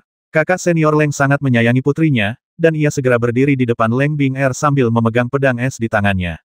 Setelah macan tutul awan salju terbang keluar dari kolam, ia mengayunkan cakarnya ke udara, dan tiba-tiba 2 cakar es transparan besar mengembun di udara dan mencengkeram ke arah kakak senior Leng. Kakak senior Leng dengan cepat mengayunkan pedang es di tangannya, menebas dua cahaya dingin. Cahaya dingin itu juga mengembun menjadi dua pedang es transparan raksasa, menuju ke arah dua cakar es itu. Dengan dua suara bang yang nyaring, pedang es dan cakar es hancur pada saat yang sama, dan menghilang menjadi serpihan es yang tak terhitung jumlahnya di udara dingin. Wajah kakak senior Leng sedikit berubah. Kedua pedang ini tampak biasa saja, tetapi merupakan hasil kerja keras bertahun-tahun. Pedang-pedang ini sebenarnya sangat kuat. Bahkan jika kultivator pengembara ilahi biasa dapat menggunakan kedua pedang ini, mereka akan tetap membeku oleh udara dingin yang menempel. Mereka yang kurang responsif bahkan akan langsung membeku di dalam es. Macan tutul awan salju ini tidak takut dingin. Sebaliknya, udara dingin yang dipancarkan cakar esnya justru lebih kuat, membuat kakak senior Leng merasakan hembusan angin dingin yang menggigit menerpa wajahnya. Setelah hanya satu ronde pertarungan, kakak senior Leng menyimpulkan bahwa macan tutul awan salju memang sangat kuat. Ia harus mengesampingkan rencana sebelumnya untuk menghadapi limuran dan makhluk roh serigala bulan melolong miliknya. Cakar macan tutul awan salju gagal mengenai sasaran, sehingga ia segera membuka mulutnya dan menyemburkan aliran udara putih yang sangat dingin, yang menggelinding ke arah kakak senior Leng bagaikan pisau. Udara dingin itu bercampur dengan kerucut es besar dan kecil yang tak terhitung jumlahnya, masing-masing setajam pedang. Serangan udara dingin kerucut es ini sangat kuat dan memiliki jangkauan yang luas. Serangan ini dipicu secara instan dan memiliki daya ledak yang dahsyat. Biksu bermarga Leng itu dengan cepat mengerahkan energi sejati dan kekuatan sihirnya, menari-nari dengan liar pedang es di tangannya, dan membentuk dinding es tebal di depannya untuk menangkis mantra badai kerucut es dari macan tutul awan salju. Ayah, Bing Er akan membantumu. Leng Bing Er menyadari bahwa ayahnya mungkin takkan mampu mengungguli macan tutul awan salju, jadi ia menyerang tanpa ragu. Ia juga menghunus pedang es. Meskipun cahaya pedang yang ditebasnya tak setajam milik ayahnya, aura es yang terkandung di dalamnya sama sekali tak kalah. Dalam sekejap, dinding es tebal mengembun di hadapannya. Dengan serangkaian suara yang intens dan tajam, dinding es ditembus oleh kerucut es yang tak terhitung jumlahnya dan angin dingin yang bagai bilah pisau. Namun, kekuatan badai kerucut es tersebut perlahan-lahan terkuras habis. Dengan upaya bersama ayah dan anak perempuan tersebut, mereka akhirnya berhasil mengatasi serangan macan tutul awan salju yang luar biasa dahsyat. Badai kerucut es, mantra atribut es yang kuat ini, dapat dirapalkan oleh ayah dan putri Leng, tetapi mantra ini menghabiskan banyak energi sejati dan kekuatan sihir, serta membutuhkan waktu yang cukup lama untuk merapal mantranya. Kakak senior Leng membutuhkan satu batang dupa penuh untuk merapal mantra ini. Leng Bing Er sangat berbakat. Meskipun kultivasinya sedikit lebih rendah, ia lebih unggul dari ayahnya dalam hal ini, tetapi ia juga membutuhkan setengah dupa. Namun, macan tutul awan salju ini dapat mengeluarkan kekuatan sihir yang begitu dahsyat hanya dengan membuka mulutnya, yang menunjukkan bahwa monster-monster ini tidak sebanding dengan para kultivator manusia dalam beberapa hal. Macan tutul awan salju membuka mulutnya lagi, dan raut wajah ayah dan anak Leng berubah drastis. Untungnya, macan tutul awan salju hanya meraung kali ini, alih-alih menggunakan badai kerucut es. Sepertinya monster seperti macan tutul awan salju pun tak mampu menggunakan sihir sekuat ini terus-menerus. Pada saat ini, api tiba-tiba membubung dari langit, menerangi langit malam di sekitarnya. Limuranlah yang bergerak. Ayah dan anak Leng mendongak, dan melihat Limu sedang memurnikan lampu perunggu kuno di depannya. Ia terus-menerus menyuntikkan mantra ke dalam lampu kuno itu dengan ekspresi serius. Api yang berkobar menyala dari lampu kuno itu. Api menyebar sangat cepat, dan dalam sekejap, lautan api terbentuk, menutupi seluruh langit di atas kolam kecil yang dingin. Dimanapun lautan api itu mencapai, udara dingin berwarna putih benar-benar menghilang, menyebabkan suhu di sekitarnya melonjak. Sungguh kekuatan sihir atribut api yang dahsyat. Wajah kakak senior Leng berubah lagi. Sepertinya lentera hijau kuno seperti itu pasti luar biasa. Gelombang udara panas yang menyengat yang dihasilkan oleh lautan api terus bergulung menuju macan tutul awan salju. Macan tutul awan salju adalah monster berelemen es yang paling membenci gelombang panas seperti ini dari api. Ia segera membuka mulutnya dan menyemburkan aliran udara dingin untuk menghalau lautan api. Lautan api menyusut drastis setelah dihantam udara dingin macan tutul awan salju. Pada saat ini, Limuran mengeluarkan lebih dari 10 jimat giok, memegang pedang jimat, dan mengaktifkannya satu persatu. Setiap jimat giok memancarkan cahaya merah dan berubah menjadi manusia api setinggi setengah manusia. Para manusia api itu berada di lautan api, dan tangan mereka terus-menerus melemparkan bola api ke arah macan tutul awan salju. Jimat macam apa ini? Kakak senior Leng sangat terkejut. Meskipun berpengetahuan luas, pengetahuannya tentang jimat sangat terbatas. Roh jimat yang digunakan Limuran adalah keterampilan rahasia puncak Sangqing. Hanya ada beberapa murid di seluruh sekte Tianshan yang menguasai teknik pemurnian roh jimat, jadi dia belum pernah melihat roh jimat sungguhan sebelumnya. Setelah lebih dari selusin jimat atribut api dikorbankan, Limuran melemparkannya begitu saja, dan 7 atau 8 jimat naga api emas lainnya terbang keluar. Dengan stimulasi Limuran yang sangat terampil, jimat naga api ini berkelebat dan berubah menjadi 7 atau 8 naga api sepanjang lebih dari 3 meter, yang jatuh dari langit ke lautan api dan menerkam langsung ke arah macan tutul awan salju. Es dan api saling bertolak belakang. Lautan api dari lampu perunggu kuno, serangan roh atribut api, dan simbol naga api adalah kekuatan magis atribut api yang paling dibenci macan tutul awan salju. Sejumlah besar bola api dan naga api menerkam macan tutul awan salju. Macan tutul awan salju meraung, dan bulu di sekujur tubuhnya tiba-tiba bersinar dengan cahaya spiritual, memperlihatkan lapisan tebal cahaya dingin pelindung.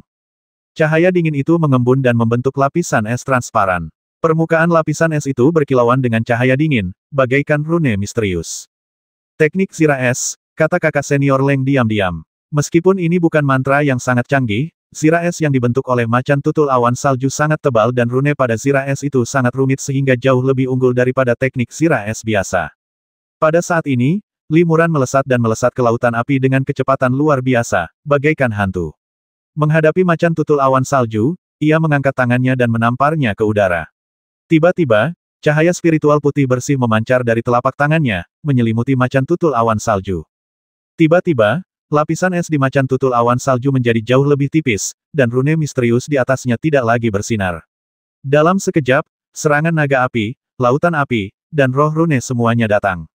Boom serangan-serangan ini meledak pada macan tutul awan salju hampir bersamaan, menghasilkan api besar yang menerangi sebagian besar langit malam. Setelah ledakan itu, macan tutul awan salju memiliki banyak bintik hitam terbakar di sekujur tubuhnya dan sekarat. Ah! Wajah kakak senior Leng berubah drastis dan dia berseru, dia tidak percaya apa yang dilihatnya. Metode serangan yang digunakan Limuran memang sangat kuat, jauh melampaui ekspektasinya. Namun, ia juga melihat bahwa lapisan es yang digunakan macan tutul awan salju sangat tebal dan seharusnya mampu menahan serangan Limuran.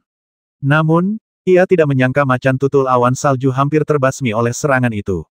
Apakah serangannya begitu kuat hingga jauh di luar imajinasiku? Gumam kakak senior Leng dalam hati, dan raut wajahnya tentu saja sangat jelek. Tentu saja, ia tak menyangka bahwa meskipun serangan Limuran sangat kuat, ia justru melancarkan cahaya dispersi sesaat sebelum teknik naga api menyerang macan tutul awan salju, yang membuat teknik Zira Es macan tutul awan salju lengah, dan kekuatannya pun berkurang drastis. Wajar saja, macan tutul awan salju tak mampu menahan serangan atribut api yang dahsyat, sehingga ia pun kalah. Meskipun macan tutul awan salju kuat, bagaimanapun juga ia adalah binatang ibel dengan kecerdasan terbatas. Bagaimana mungkin ia bisa memiliki kekuatan magis yang begitu dahsyat seperti cahaya yang hilang? Jika tidak hati-hati, ia akan membayar harga yang mahal. Saat macan tutul awan salju sekarat, Xiao Bei bergegas ke depan macan tutul awan salju. Sebuah sambaran petir setebal lengan melesat dari dahinya dan mengenai macan tutul awan salju, membuatnya pingsan di tempat. Xiao Bei mengambil kesempatan itu untuk menerkam macan tutul awan salju dan menggigit tenggorokannya dalam satu gigitan. Kemudian, Xiao Bei merobek tubuh macan tutul awan salju dengan cakarnya dan mengeluarkan manik bundar transparan seukuran kepalan tangan. Manik bundar itu sehalus batu giok, dan terdapat lapisan udara dingin putih seperti kabut di permukaannya. Napas yang terkandung di dalamnya sungguh menakjubkan. Itu adalah esensi tingkat kelima dari macan tutul awan salju. Xiao Bei memegang esensi di mulutnya, melompat ke sisi Limuran, dan menyerahkan esensi itu kepada Limuran. Pada saat ini, Limuran juga menyimpan roh jimat dan lampu perunggu kuno, tetapi ia tidak menyimpan pedang jimatnya. Sebaliknya, ia mempersembahkan jimat giok hijau tua lainnya. Limuran mengaktifkan jimat giok, yang terbang ke tubuh macan tutul awan salju dan menyinari tubuh itu dengan cahaya hijau redup. Tak lama kemudian, sebuah bola cahaya hijau terang yang ramping terpancar dari tubuh macan tutul awan salju. Bola cahaya itu tampak berusaha sekuat tenaga untuk melawan sinar cahaya di sekitarnya, tetapi akhirnya tersapu oleh sinar cahaya ke dalam jimat giok. Dia sedang mengumpulkan jiwa-jiwa ibel, pikir kakak senior Leng.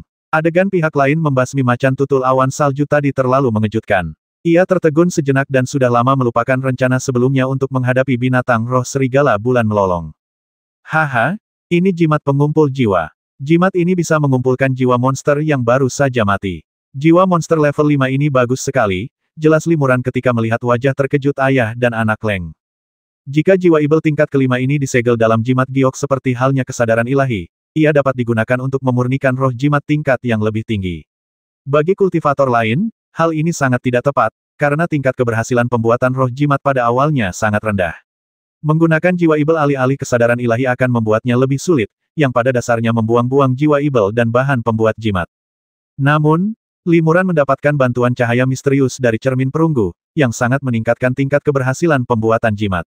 Selama keberuntungannya tidak terlalu buruk dan ia memiliki bahan pembuat jimat yang sesuai, ia mungkin dapat membuat jimat yang lebih baik. Kulit spiritual macan tutul awan salju merupakan bahan baku yang sangat baik untuk membuat kulit jimat atribut es tingkat tinggi. Jangan sampai terlewat, kata Limuran sambil dengan hati-hati memotong kulit spiritual macan tutul awan salju dan menyimpannya. Ayah dan anak Leng menyaksikan kejadian itu dalam diam dari samping. Ayah, kakak senior Li benar-benar kuat, kata Leng Bing'er melalui transmisi suara. Bing'er berpikir lebih baik melupakannya. Dilihat dari kemahiran serigala bulan melolong dalam merangsang kekuatan guntur dan kilat, seharusnya ia telah menyatu sepenuhnya dengan roh lipan guntur. Bahkan jika Bing'er mendapatkan jiwanya, mustahil ia bisa memisahkan roh lipan guntur dan menggabungkannya untuk mewarisi kekuatan magis atribut guntur. Kekuatan anak ini sungguh di luar imajinasi ayah. Kakak senior Leng menghela napas dan berkata, cara yang digunakannya sungguh sulit dipahami ayah. Sepertinya dia mengalahkan Nirvana bukan hanya dengan mengandalkan banyak jimat. Nah, karena sudah begini, aku tidak akan membahas lipan petir lagi.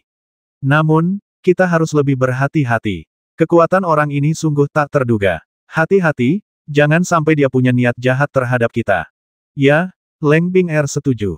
Meskipun ia tidak bisa mendapatkan kekuatan magis atribut petir, ia tiba-tiba tampak jauh lebih rileks, bahkan tersenyum. Jelas, ia senang menerima hasil ini. Kakak senior Leng memperhatikan ekspresi putrinya dan tidak bisa menahan senyum. Bing'er masih terlalu baik. Lagi pula, dia masih anak-anak. Mungkin ketika dia dewasa dan mengalami kekejaman dunia kultivasi abadi, akan sulit baginya untuk mempertahankan kebaikan hatinya. Sementara ayah dan anak itu memikirkan urusan mereka sendiri, Limuran telah mengumpulkan kulit roh dan mengubah tubuh macan tutul awan salju menjadi abu. Limuran melirik ayah dan anak perempuan itu, dan tiba-tiba tersenyum kakak Leng, kalian berdua diam saja, apakah kalian memikirkan esensi es tingkat kelima ini? Kakak senior Leng tertegun sejenak, lalu tersenyum dan berkata, tidak mungkin. Kalau kita menemukan obat ajaib, kita harus membaginya secara merata tapi harta yang diperoleh dengan membasmi monster itu sudah pasti milik si pembasmi. Kakak muda Li membasmi macan tutul awan salju ini hampir sendirian, jadi harta karun itu sudah pasti milik kakak muda Li. Aku tidak akan menginginkannya. Limuran berkata, haha, ini adalah esensi tingkat kelima yang langka, dan memiliki atribut es, yang sangat cocok untuk disempurnakan bagi adik junior Bing'er. Jika kakak senior Leng mengatakan bahwa dia sama sekali tidak tertarik, saya khawatir saya tidak akan mempercayainya. Namun, saya tidak bermaksud mengambil semua harta itu untuk diri saya sendiri, dan kakak senior Leng dan dua orang lainnya juga baru saja bergerak. Esensi tingkat kelima ini akan diserahkan kepada kakak senior Leng. Benarkah? Kakak senior Leng terkejut sekaligus senang. Ia berubah pikiran dan berkata, namun, material paling berharga dari monster ini adalah esensinya. Kakak muda Li memberikan esensinya kepadaku, dan itu sungguh kerugian yang sangat besar. Aku ingin tahu bagaimana aku bisa mengganti kerugian kakak muda Li. Tentu saja ada cara untuk mengimbanginya. Limuran menunggu lawan bicaranya mengatakan ini. Ia tersenyum dan berkata, aku sudah lama ingin memurnikan beberapa seruling ajaib berelemen es, tapi aku tidak tahu cara merapal mantra berelemen es. Tapi aku punya cara lain. Selama kakak senior Leng dan adik junior Bing'er bisa merapal mantra berelemen es terlebih dahulu dan menyegel kekuatan sihirnya dalam jimat giok khusus, aku mungkin bisa membuat jimat yang sesuai. Apakah kalian berdua bersedia membantuku? Hanya itu, tanya kakak senior Leng, kalau begitu, ayahku dan aku tentu saja setuju. Merapalkan beberapa mantra saja hanya akan menghabiskan sedikit mana, yang bisa diisi ulang melalui meditasi. Namun, esensi es tingkat kelima adalah harta langka yang tidak mudah ditemukan. Tawaran ini sungguh menguntungkan, dan ia tidak punya alasan untuk menolaknya. Bagus sekali. Limuran mengangguk senang. Aku masih perlu mempersiapkan diri untuk masalah ini. Aku akan membicarakannya setelah kembali ke sekte. Aku akan memberikan esensi level 5 ini kepada kakak senior Leng terlebih dahulu. Dengan reputasi kakak senior Leng dan putrinya di sekte ini, aku yakin mereka tidak akan mengingkari janji untuk masalah sekecil ini. Tentu saja, karena aku sudah berjanji pada saudara muda Li, aku pasti akan melakukannya. Saudara senior Leng mengangguk berulang kali dan dengan senang hati menerima saripati transparan yang dilemparkan Limuran. Leng Bing'er berkata pengetahuan tentang seni fuksiao sangat luas, saudara senior Li. Jika ada kesempatan, Bing Er ingin belajar darimu tentang seni Fuxiao. Saudara senior Li, mohon beri saya saran. Sama-sama, jika Suster Junior Bing Er benar-benar ingin belajar membuat jimat, tentu saja aku bersedia membicarakannya denganmu. Li Muran mengangguk sambil tersenyum. Ketiganya tersenyum, dan suasana terasa harmonis untuk sesaat. Kakak senior Leng tak kuasa menahan diri untuk tidak menatap esensi tingkat kelima di tangannya berulang kali dengan gembira, dan telah mengesampingkan niat untuk membasmi makhluk roh Li Muran. Konflik yang seharusnya menjadi pertarungan hidup dan mati telah diselesaikan dalam diam. Mereka bertiga mengumpulkan beberapa ramuan spiritual di samping kolam dingin satu persatu, tetapi tidak segera pergi. Ada kolam yang sangat dingin di gurun ini. Pasti ada misteri lain. Namun, untuk memecahkan misteri ini, saya rasa kita harus pergi ke dasar kolam yang dingin itu dan menjelajahinya, kata Li Muran sambil mengerutkan kening. Ketiganya menatap kolam dingin itu cukup lama, lalu kakak senior Leng berkata, Bing Er, bagaimana menurutmu? Leng Bing Er berkata saudara Li benar. Meskipun kolam dingin ini tidak besar, udara dingin yang dipancarkannya sangat murni. Selain itu, kolam ini dapat melahirkan monster tingkat tinggi seperti macan tutul awan salju. Sungguh luar biasa. Bing Er berencana masuk ke kolam untuk mencari tahu apa yang terjadi. Li Muran berkata, ya, kolam dingin ini memang sangat dingin. Meskipun kakak senior Leng juga seorang kultivator yang mempraktikkan teknik atribut es, bakat esnya tidak sebaik adik junior Bing Er. Jika kau ingin memasuki kolam dingin ini, adik junior Bing Er tak diragukan lagi adalah kandidat yang paling cocok. Kakak senior Leng mengangguk, tetapi ia masih sedikit khawatir kalau udara dingin biasa, tentu akan bermanfaat bagi Bing Er, tapi udara dingin di kolam dingin ini sangat berat. Kalau Bing Er tidak tahan, akan lebih banyak masalah daripada keuntungannya. Leng Bing Er tersenyum dan berkata, jangan khawatir, ayah. Jika Bing Er merasakan kekuatan dingin dari kolam dingin itu, dia akan kembali tepat waktu dan tidak akan terlalu agresif. Baiklah, itu saja. Tapi kamu harus ekstra hati-hati, kakak senior Leng berulang kali mengingatkan putrinya dan menyerahkan beberapa benda berharga pelindung. Li Muran juga mengeluarkan beberapa jimat dan berkata, jimat naga api ini disegel dengan rune penyegel biasa, dan adik junior Bing Er dapat dengan mudah mengaktifkan dan menggunakannya. Jika terjadi bahaya, adik junior Bing Er dapat mengaktifkan jimat naga api ini untuk sementara menahan udara dingin di sekitarnya dan kemudian melarikan diri tepat waktu. Terima kasih, kakak senior Li. Leng Bing Er menerima jimat dari Li Muran dan membungkuk sedikit.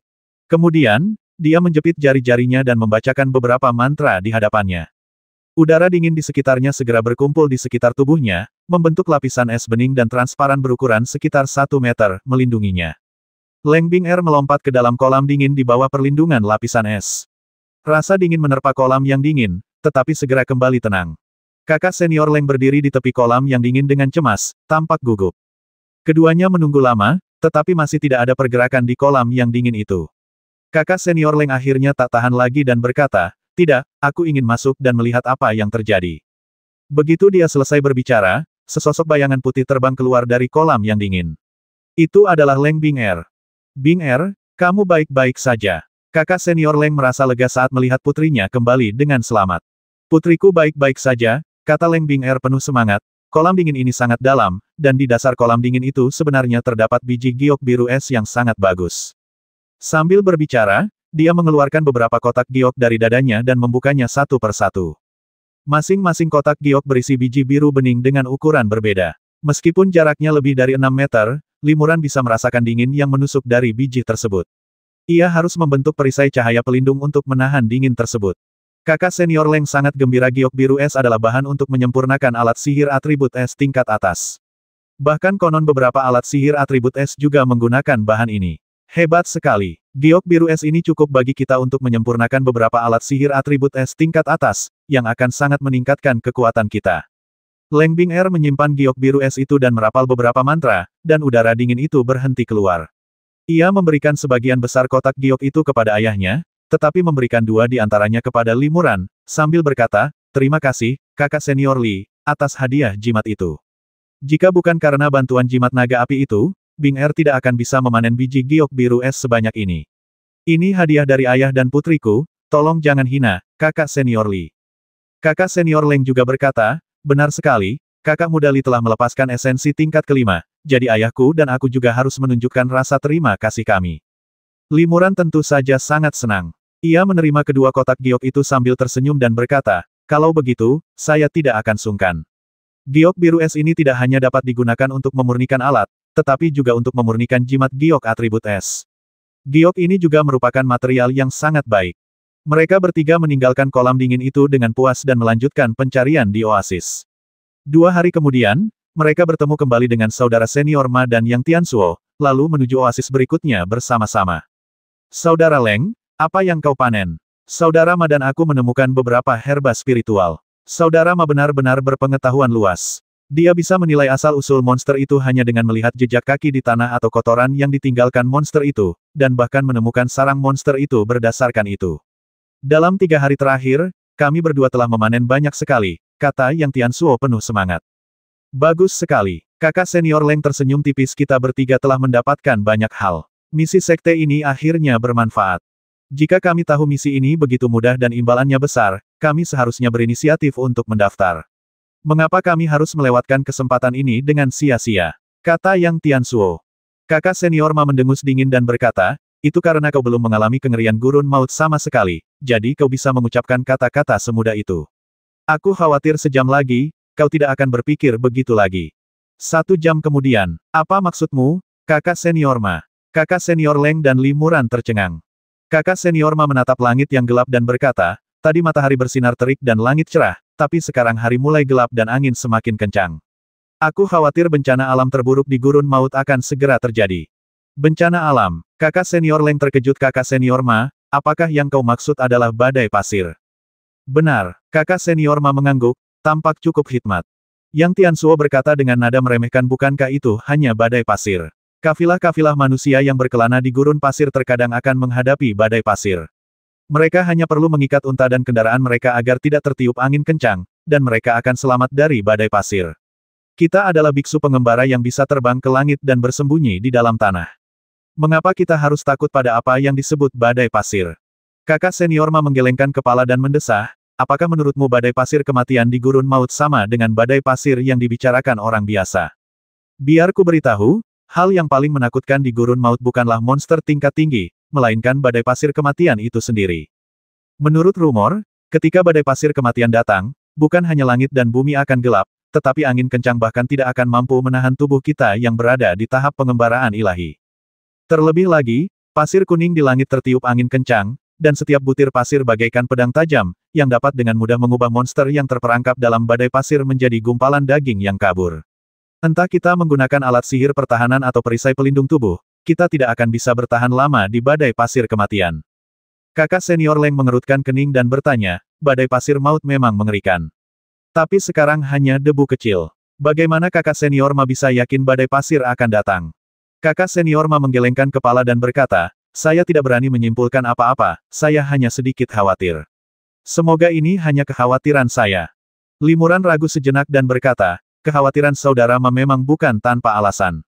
Bagaimanapun, kita harus berjuang menuju oasis berikutnya sesegera mungkin. Di oasis, bahkan jika kita menghadapi badai pasir, akan lebih mudah menemukan tempat persembunyian. Semua orang mengangguk pelan. Meskipun Yang Tianzuo masih berkata bahwa dia tidak sepenuhnya percaya, dia juga meningkatkan kecepatan terbangnya bersama yang lain. Mereka telah terbang puluhan kilometer ketika tiba-tiba langit menjadi gelap dan angin kencang bertiup. Pasir kuning di sekitarnya tiba-tiba tertiup angin hingga ketinggian lebih dari 30 meter. Pasir kuning berserakan di mana-mana dan mustahil untuk melihat jalan di depan. Kita tidak bisa melanjutkan. Badai pasir benar-benar datang. Kakak senior Ma tampak sangat serius dan berhenti di udara. Li Muran juga merasakan bahwa laju konsumsi energi jimat naga terbang di bawah kakinya semakin cepat, dan hampir runtuh. Ia harus mengeluarkan jimat energi bintang 3 terlebih dahulu untuk mengisi kembali energi jimat naga terbang. Pasir yang mengamuk di sekitarnya, jika digulung ke kulit, akan terasa seperti diiris pisau, dan pakaian yang terbuat dari sutra spiritual langsung terpotong. Semua orang mengeluarkan perisai cahaya pelindung. Namun, di bawah hantaman pasir yang mengamuk, perisai cahaya itu perlahan meredup dan goyah. Semua orang harus mengerahkan sejumlah besar energi sejati dan kekuatan sihir, terus-menerus menyuntikkan kekuatan sihir ke dalam perisai cahaya untuk mempertahankannya. Kakak senior Leng mengerutkan kening dan bertanya, kakak senior Ma, berapa lama badai pasir biasanya berlangsung? Kakak senior Ma menggelengkan kepalanya, saya juga tidak yakin. Konon, terkadang hanya butuh sebatang dupa, dan terkadang bisa bertahan beberapa jam, bahkan beberapa hari dan malam. Tidak, kekuatan sihir kita terkuras dengan sangat cepat. Kalau terus begini, aku khawatir kita tidak akan bisa bertahan sejam lagi. Limuran mengerutkan kening. Ia tahu ini bukan solusi. Dalam kasus ini, langit gelap dan pasir berserakan di mana-mana. Mustahil untuk menentukan arah. Sekalipun ingin melarikan diri, tak ada cara untuk menemukannya. Lagi pula, seberapa jauh kita bisa melarikan diri di tengah badai pasir yang mengamuk ini? Setelah beberapa saat, beberapa bayangan hitam samar muncul di kejauhan, melesat lurus ke langit, seperti naga raksasa yang membentang di langit dan bumi. Setelah melihat bayangan-bayangan ini, wajah saudara senior Ma menjadi semakin muram. Oh tidak, itu badai maut. Kita tidak boleh terjebak di dalamnya, kalau tidak, bahkan biksu sepertiku di tahap pengembaraan ilahi akan terbasmi. Kakak senior Leng mengerutkan kening dan bertanya, apa yang harus kita lakukan? Selagi kita masih punya sedikit kekuatan sihir, kita harus bereaksi dengan tepat, kalau tidak kita akan mati. Leng tidak boleh mati, tapi Bing Er tidak boleh mengalami kecelakaan. Ada caranya, tapi berisiko, kata saudara senior Ma.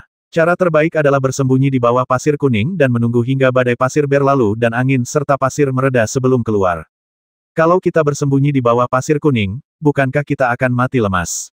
Yang Tianzuo mengerutkan kening. Saudara senior Ma berkata lagi pula, kita adalah kultivator di tahap pengembaraan ilahi. Jika kita menggunakan teknik menahan napas, setidaknya kita bisa bertahan selama 2 jam. Jika kita mengertakkan gigi dan bertahan sedikit lebih lama, mungkin kita bisa menunggu sampai badai pasir mereda. Namun, jika badai pasir berlanjut selama beberapa hari dan malam, bahkan jika kita kurang beruntung dan ini benar-benar terjadi, saya, Ma, tidak dapat memikirkan peluang bertahan hidup lainnya. Itu solusinya, Limuran mengangguk setuju. Ia pernah mengalami badai pasir yang tidak terlalu kuat. Untungnya, Xiaobei membantunya lolos dari bencana itu. Dari pengalaman itu, apa yang dikatakan kakak senior Ma memang masuk akal. Ayo kita lakukan, kakak senior Leng mengangguk.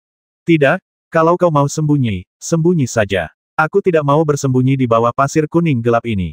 Yang Tianzuo mengerutkan kening, menatap ke kejauhan, dan bergumam, aku tidak percaya dengan kekuatan magisku di tahap tengah Senyu, aku tidak bisa melewati pasir kuning ini.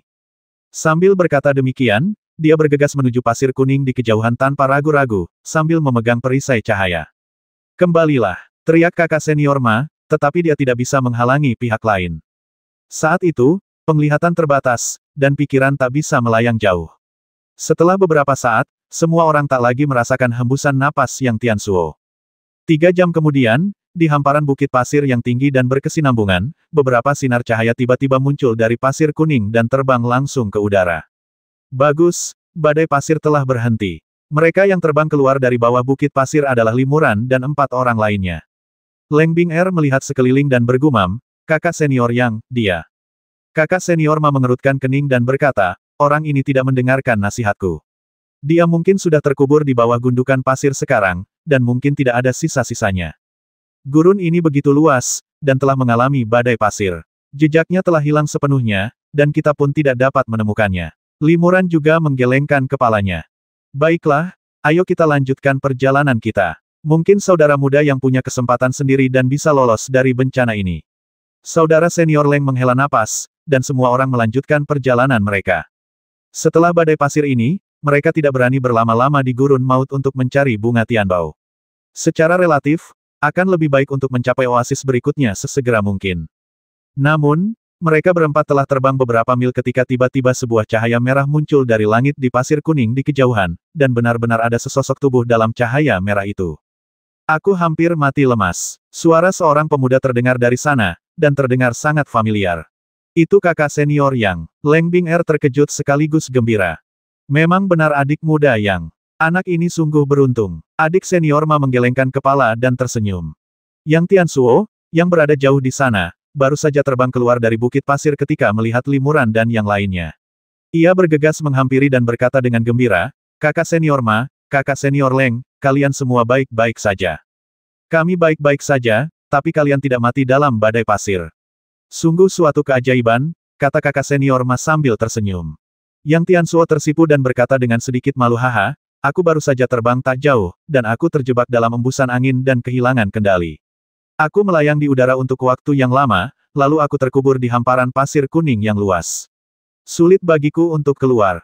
Beruntunglah kau karena angin kencang tidak memotongmu menjadi 17 atau 18 bagian, kakak senior Ma menggelengkan kepalanya. Ya, badai pasir maut itu memang mengerikan, Gumam Yang Tianzuo dengan rasa takut yang masih tersisa, aku ingin tahu apakah saudara-saudari lainnya juga pernah mengalami badai pasir seperti ini. Kalimat ini mengingatkan kakak senior Leng, yang mengangguk dan berkata, benar sekali, kita harus melaporkan masalah ini kepada tetua Helian dan menanyakan situasi kakak-kakak lainnya. Limuran setuju, ya, dengan bencana alam yang begitu mengerikan, mungkin misi sekte harus dibatalkan atau dijadwal ulang. Kakak senior Leng mengeluarkan jimat transmisi suara dan membisikkan beberapa kata dengan nada hormat. Semua orang menunggu dengan tenang jawaban Penatua Helian, tetapi setelah beberapa saat, masih belum ada berita. Ada apa? Limuran dan yang lainnya sangat terkejut. Mereka mengeluarkan catatan transmisi suara dan bertanya kepada Penatua Helian tentang situasinya, tetapi setelah sekian lama, masih belum ada kabar. Mungkinkah terjadi sesuatu yang tak terduga? Kakak senior Leng mengerutkan kening, dan setelah ragu sejenak, ia berkata, saya juga telah bertukar jimat giok transmisi suara dengan beberapa saudara lain yang saya kenal baik, jadi mengapa tidak bertanya kepada mereka? Ya, Ma juga akan bertanya pada saudara-saudara yang lain. Saat mereka berbicara, kakak senior Ma, kakak senior Leng dan yang lainnya masing-masing mengeluarkan beberapa catatan transmisi suara, mengaktifkannya satu persatu, dan mengirimkan beberapa pesan singkat. Kali ini mereka menerima balasan dengan cepat dan saling mendoakan. Kakak senior Leng dan yang lainnya merasa lega dan berkata, sepertinya tetua Helian mungkin sudah meninggalkan gurun. Lagi pula, ini hanyalah pesan transmisi suara biasa. Jika kita terlalu jauh, kita tidak akan bisa menerima pesan dari pihak lain. Yang Tianzuo berkata, bagaimana kalau begini? Kita sudah menemukan beberapa obat spiritual, dan misinya sudah selesai. Bagaimana kalau kita kembali ke oasis yang disepakati dan menunggu tetua Helian kembali?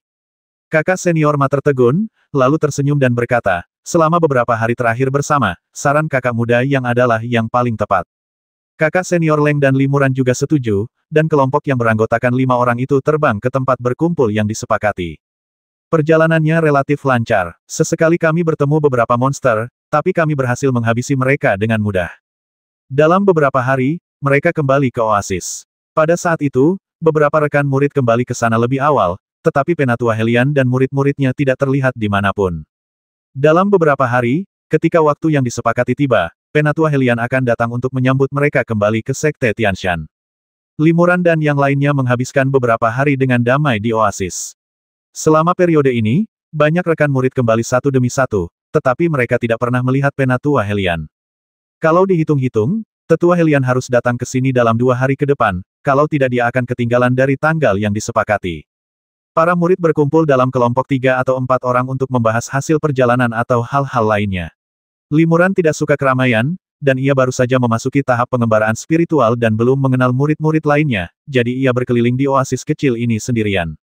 Malam itu, Limuran berjalan ke sebuah hutan kecil dan tiba-tiba melihat sesosok tubuh di dalam hutan.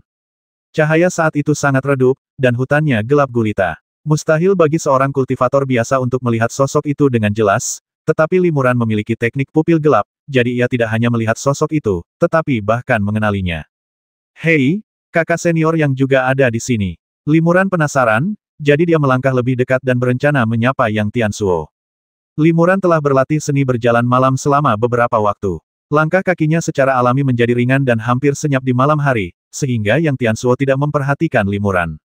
Ketika Limuran mendekat, dia melihat kakak senior yang memegang jimat giok dan membisikkan sesuatu, tetapi dia tidak dapat mendengar kata-katanya dengan jelas karena jaraknya terlalu jauh. Jadi dia menggunakan jimat transmisi suara. Limuran berhenti dan merasa tidak nyaman untuk mengganggunya saat ini. Namun, ia masih agak bingung. Dengan siapa Yang Tianzuo mencoba berkomunikasi ketika ia berlari ke hutan sendirian di tengah malam. Sebagian besar murid lainnya sudah kembali. Mungkinkah dia sedang mengirim pesan kepada Penatua Helian? Jika demikian, mengapa bersikap begitu tertutup dan tampak agak licik? Limuran adalah orang yang sangat berhati-hati. Ia tampak bingung saat itu dan melihat catatan transmisi suara di tangan Yang Tianzuo. Dengan bantuan teknik murid gelap, Limuran melihat bahwa catatan transmisi suara tersebut bukanlah yang diberikan Penatua Helian kepada semua orang.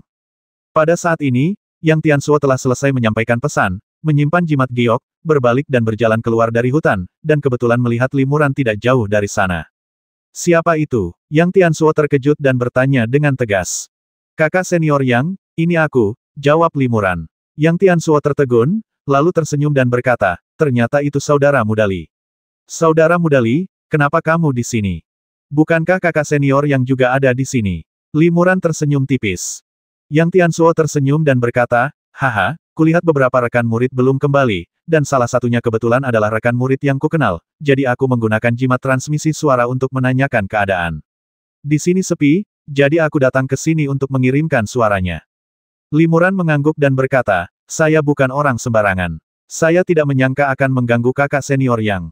Tidak apa-apa, pesannya sudah terkirim. Yang Tianzuo tersenyum, mengangguk ke arah Limuran, lalu pergi. Setelah Yang Tianzuo pergi, Limuran menatap punggungnya yang menjauh, mengerutkan kening, dan berpikir keras. Dia jelas-jelas mengarang cerita. Kenapa dia melakukan itu? Di gurun yang luas ini, apa dia punya rencana lain? Saat Limuran sedang berpikir, tiba-tiba cahaya terang menerobos langit malam di kejauhan dan mendarat di oasis.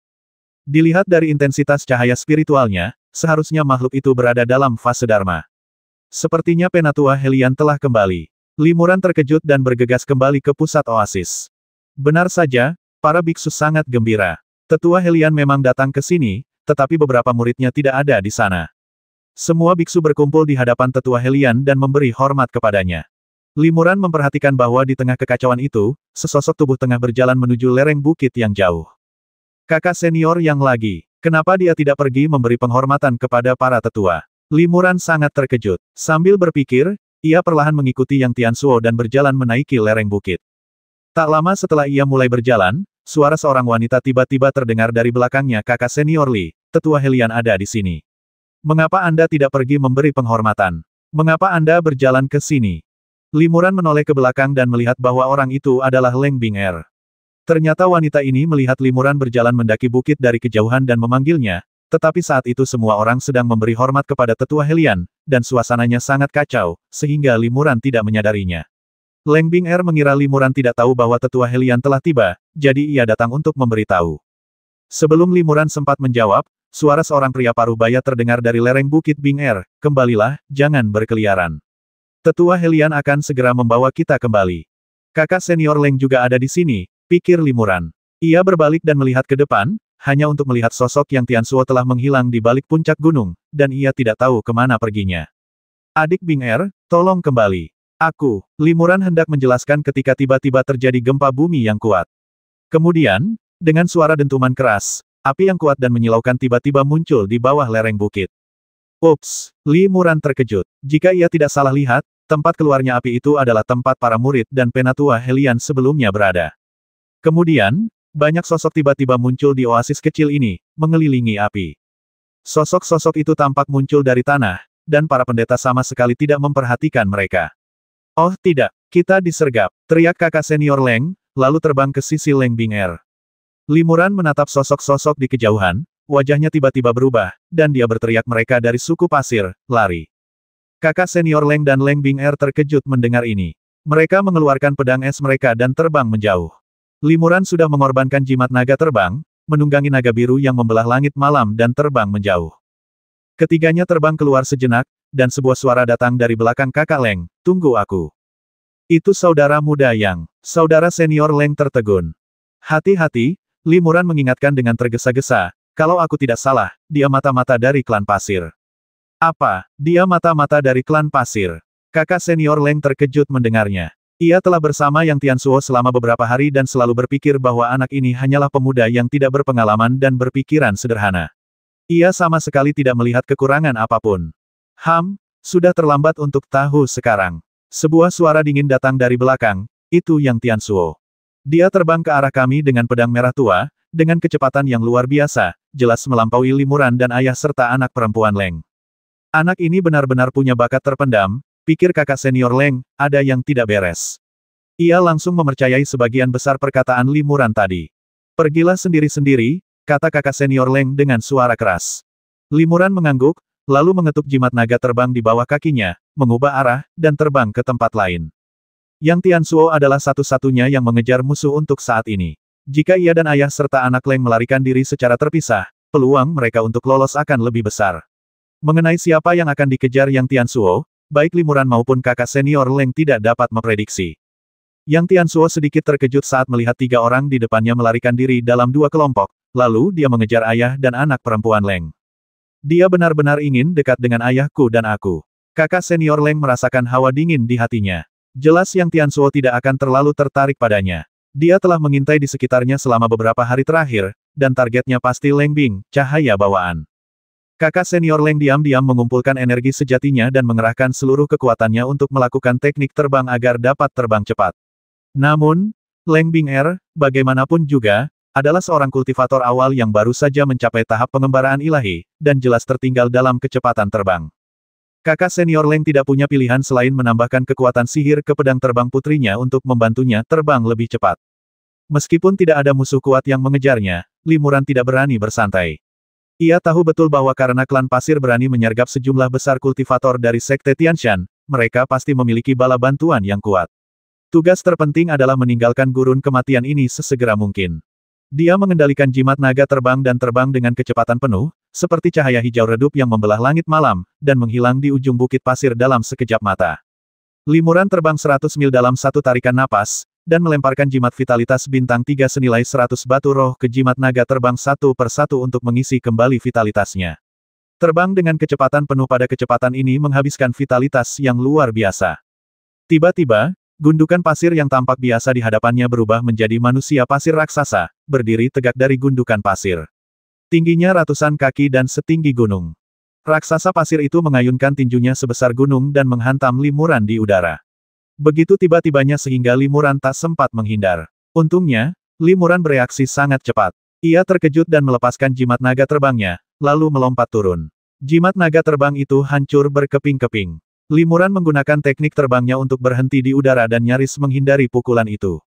Raksasa pasir itu kemudian menangkupkan telapak tangannya dan menamparkan Li Muran. Sebelum telapak tangan raksasa itu tiba, dua angin kencang datang dari kiri dan kanan. Jika ia terkena telapak tangan ini, sekalipun tubuhnya terbuat dari besi dan baja, ia akan langsung hancur berkeping-keping. Li Muran segera melemparkan dua jimat pedang emas, dan dengan jentikan pedang di tangannya, kedua jimat pedang itu segera berubah menjadi dua pedang raksasa emas, masing-masing menebas ke arah dua telapak tangan raksasa pasir. Kedua jimat pengubah pedang ini adalah harta karun yang dikumpulkan oleh Li Muran. Ia tidak berani menggunakannya sembarangan karena merupakan peninggalan Taoist Changxia. Jimat pengubah pedang ini dibuat oleh seorang kultivator Senyu tingkat akhir dan sangat kuat. Dengan dua suara berderak ringan, telapak tangan raksasa pasir itu dengan mudah terpotong, dan telapak tangan raksasa itu segera hancur menjadi sepotong pasir kuning dan jatuh ke padang pasir. Namun, raksasa pasir itu memasukkan lengan yang patah itu ke dalam pasir kuning di bawah tubuhnya, dan ketika ia menariknya keluar, lengan dan telapak tangannya telah pulih kembali. Pada saat ini, pedang jimat di tangan Li Muran bergetar cepat, dan dia mengucapkan serangkaian mantra, mengendalikan dua pedang emas untuk menebas dengan liar, langsung memotong raksasa pasir menjadi beberapa bagian, dan menghancurkannya sepenuhnya di bukit pasir. Namun, dalam sekejap mata, raksasa pasir itu berdiri dari pasir kuning lagi, tampaknya tidak terpengaruh. Li Muran merasakan hawa dingin di hatinya. Raksasa pasir ini ternyata bisa terlahir kembali ketika bertemu pasir. Di gurun pasir kuning kematian yang tak berujung ini, akan sangat sulit untuk membasmi raksasa pasir ini. Siapa yang mengendalikan raksasa pasir ini? Pikiran Li Muran bergerak, dan pedang jimat di tangannya bergetar. Kedua pedang raksasa itu membelah langit dan langsung menebas pasir kuning di bawahnya. Terdengar suara teredam dari bawah pasir kuning, seolah-olah terkena semacam senjata sihir pertahanan. Kemudian, 7 atau 8 cahaya spiritual melesat keluar dari pasir kuning dan berubah menjadi 7 atau 8 sosok.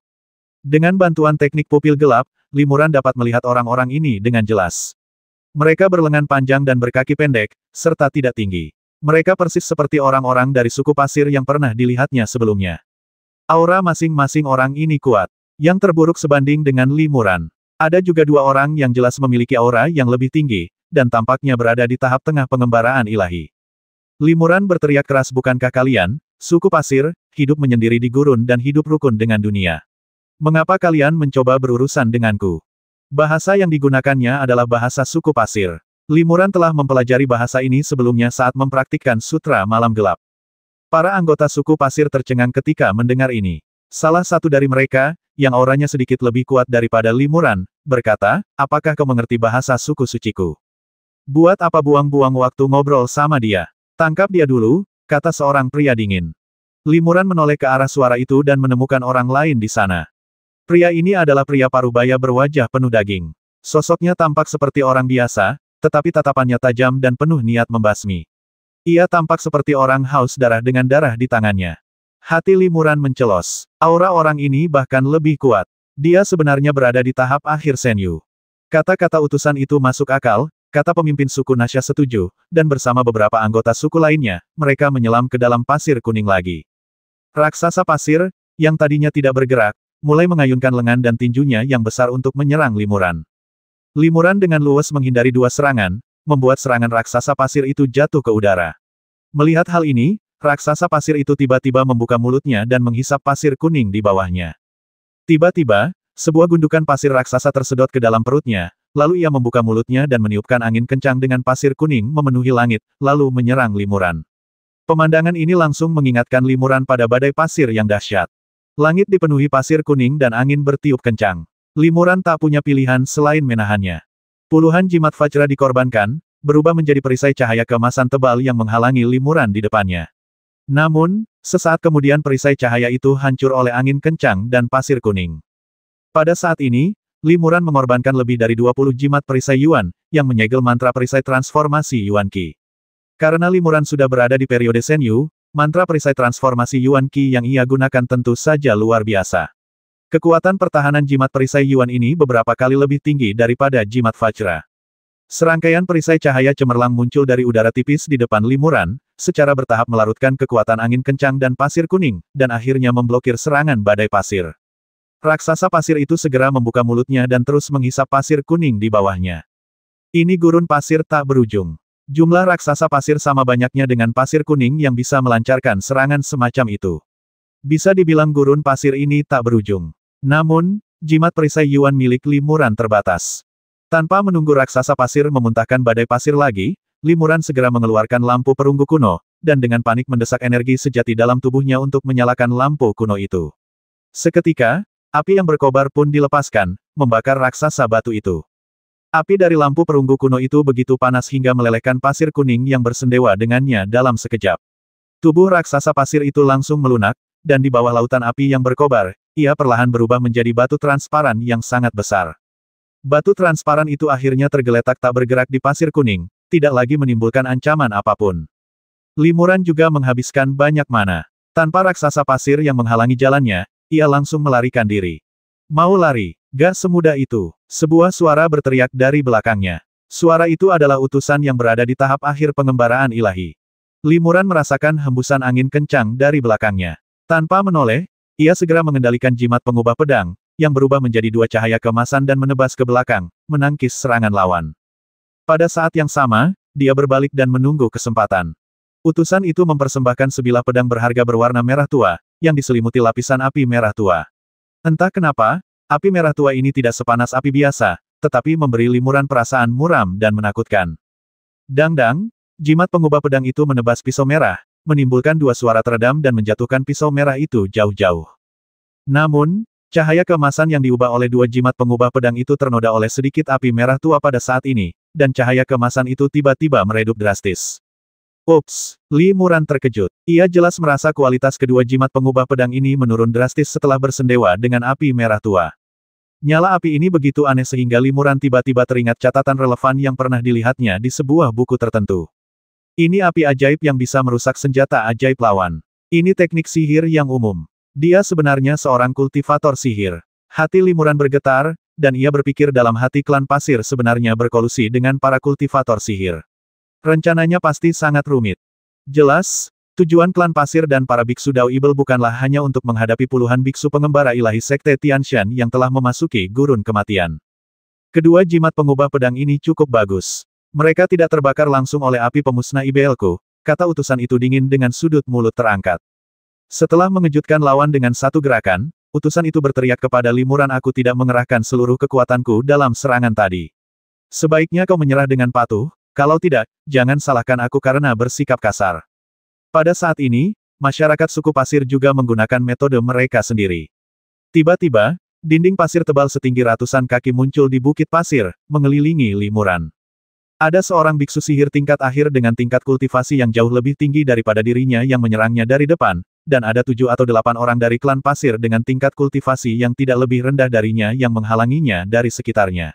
Dalam situasi ini, mustahil baginya untuk melarikan diri. Limuran merasakan hawa dingin di hatinya. Malam gurun ini tak diragukan lagi merupakan krisis besar lainnya, yaitu hidup dan mati. Orang biasa mungkin sudah menyerah dan tidak melawan lagi ketika menghadapi situasi sulit seperti itu. Namun, Limuran telah mengalami hidup dan mati berkali-kali, jadi dia tidak takut sama sekali. 150.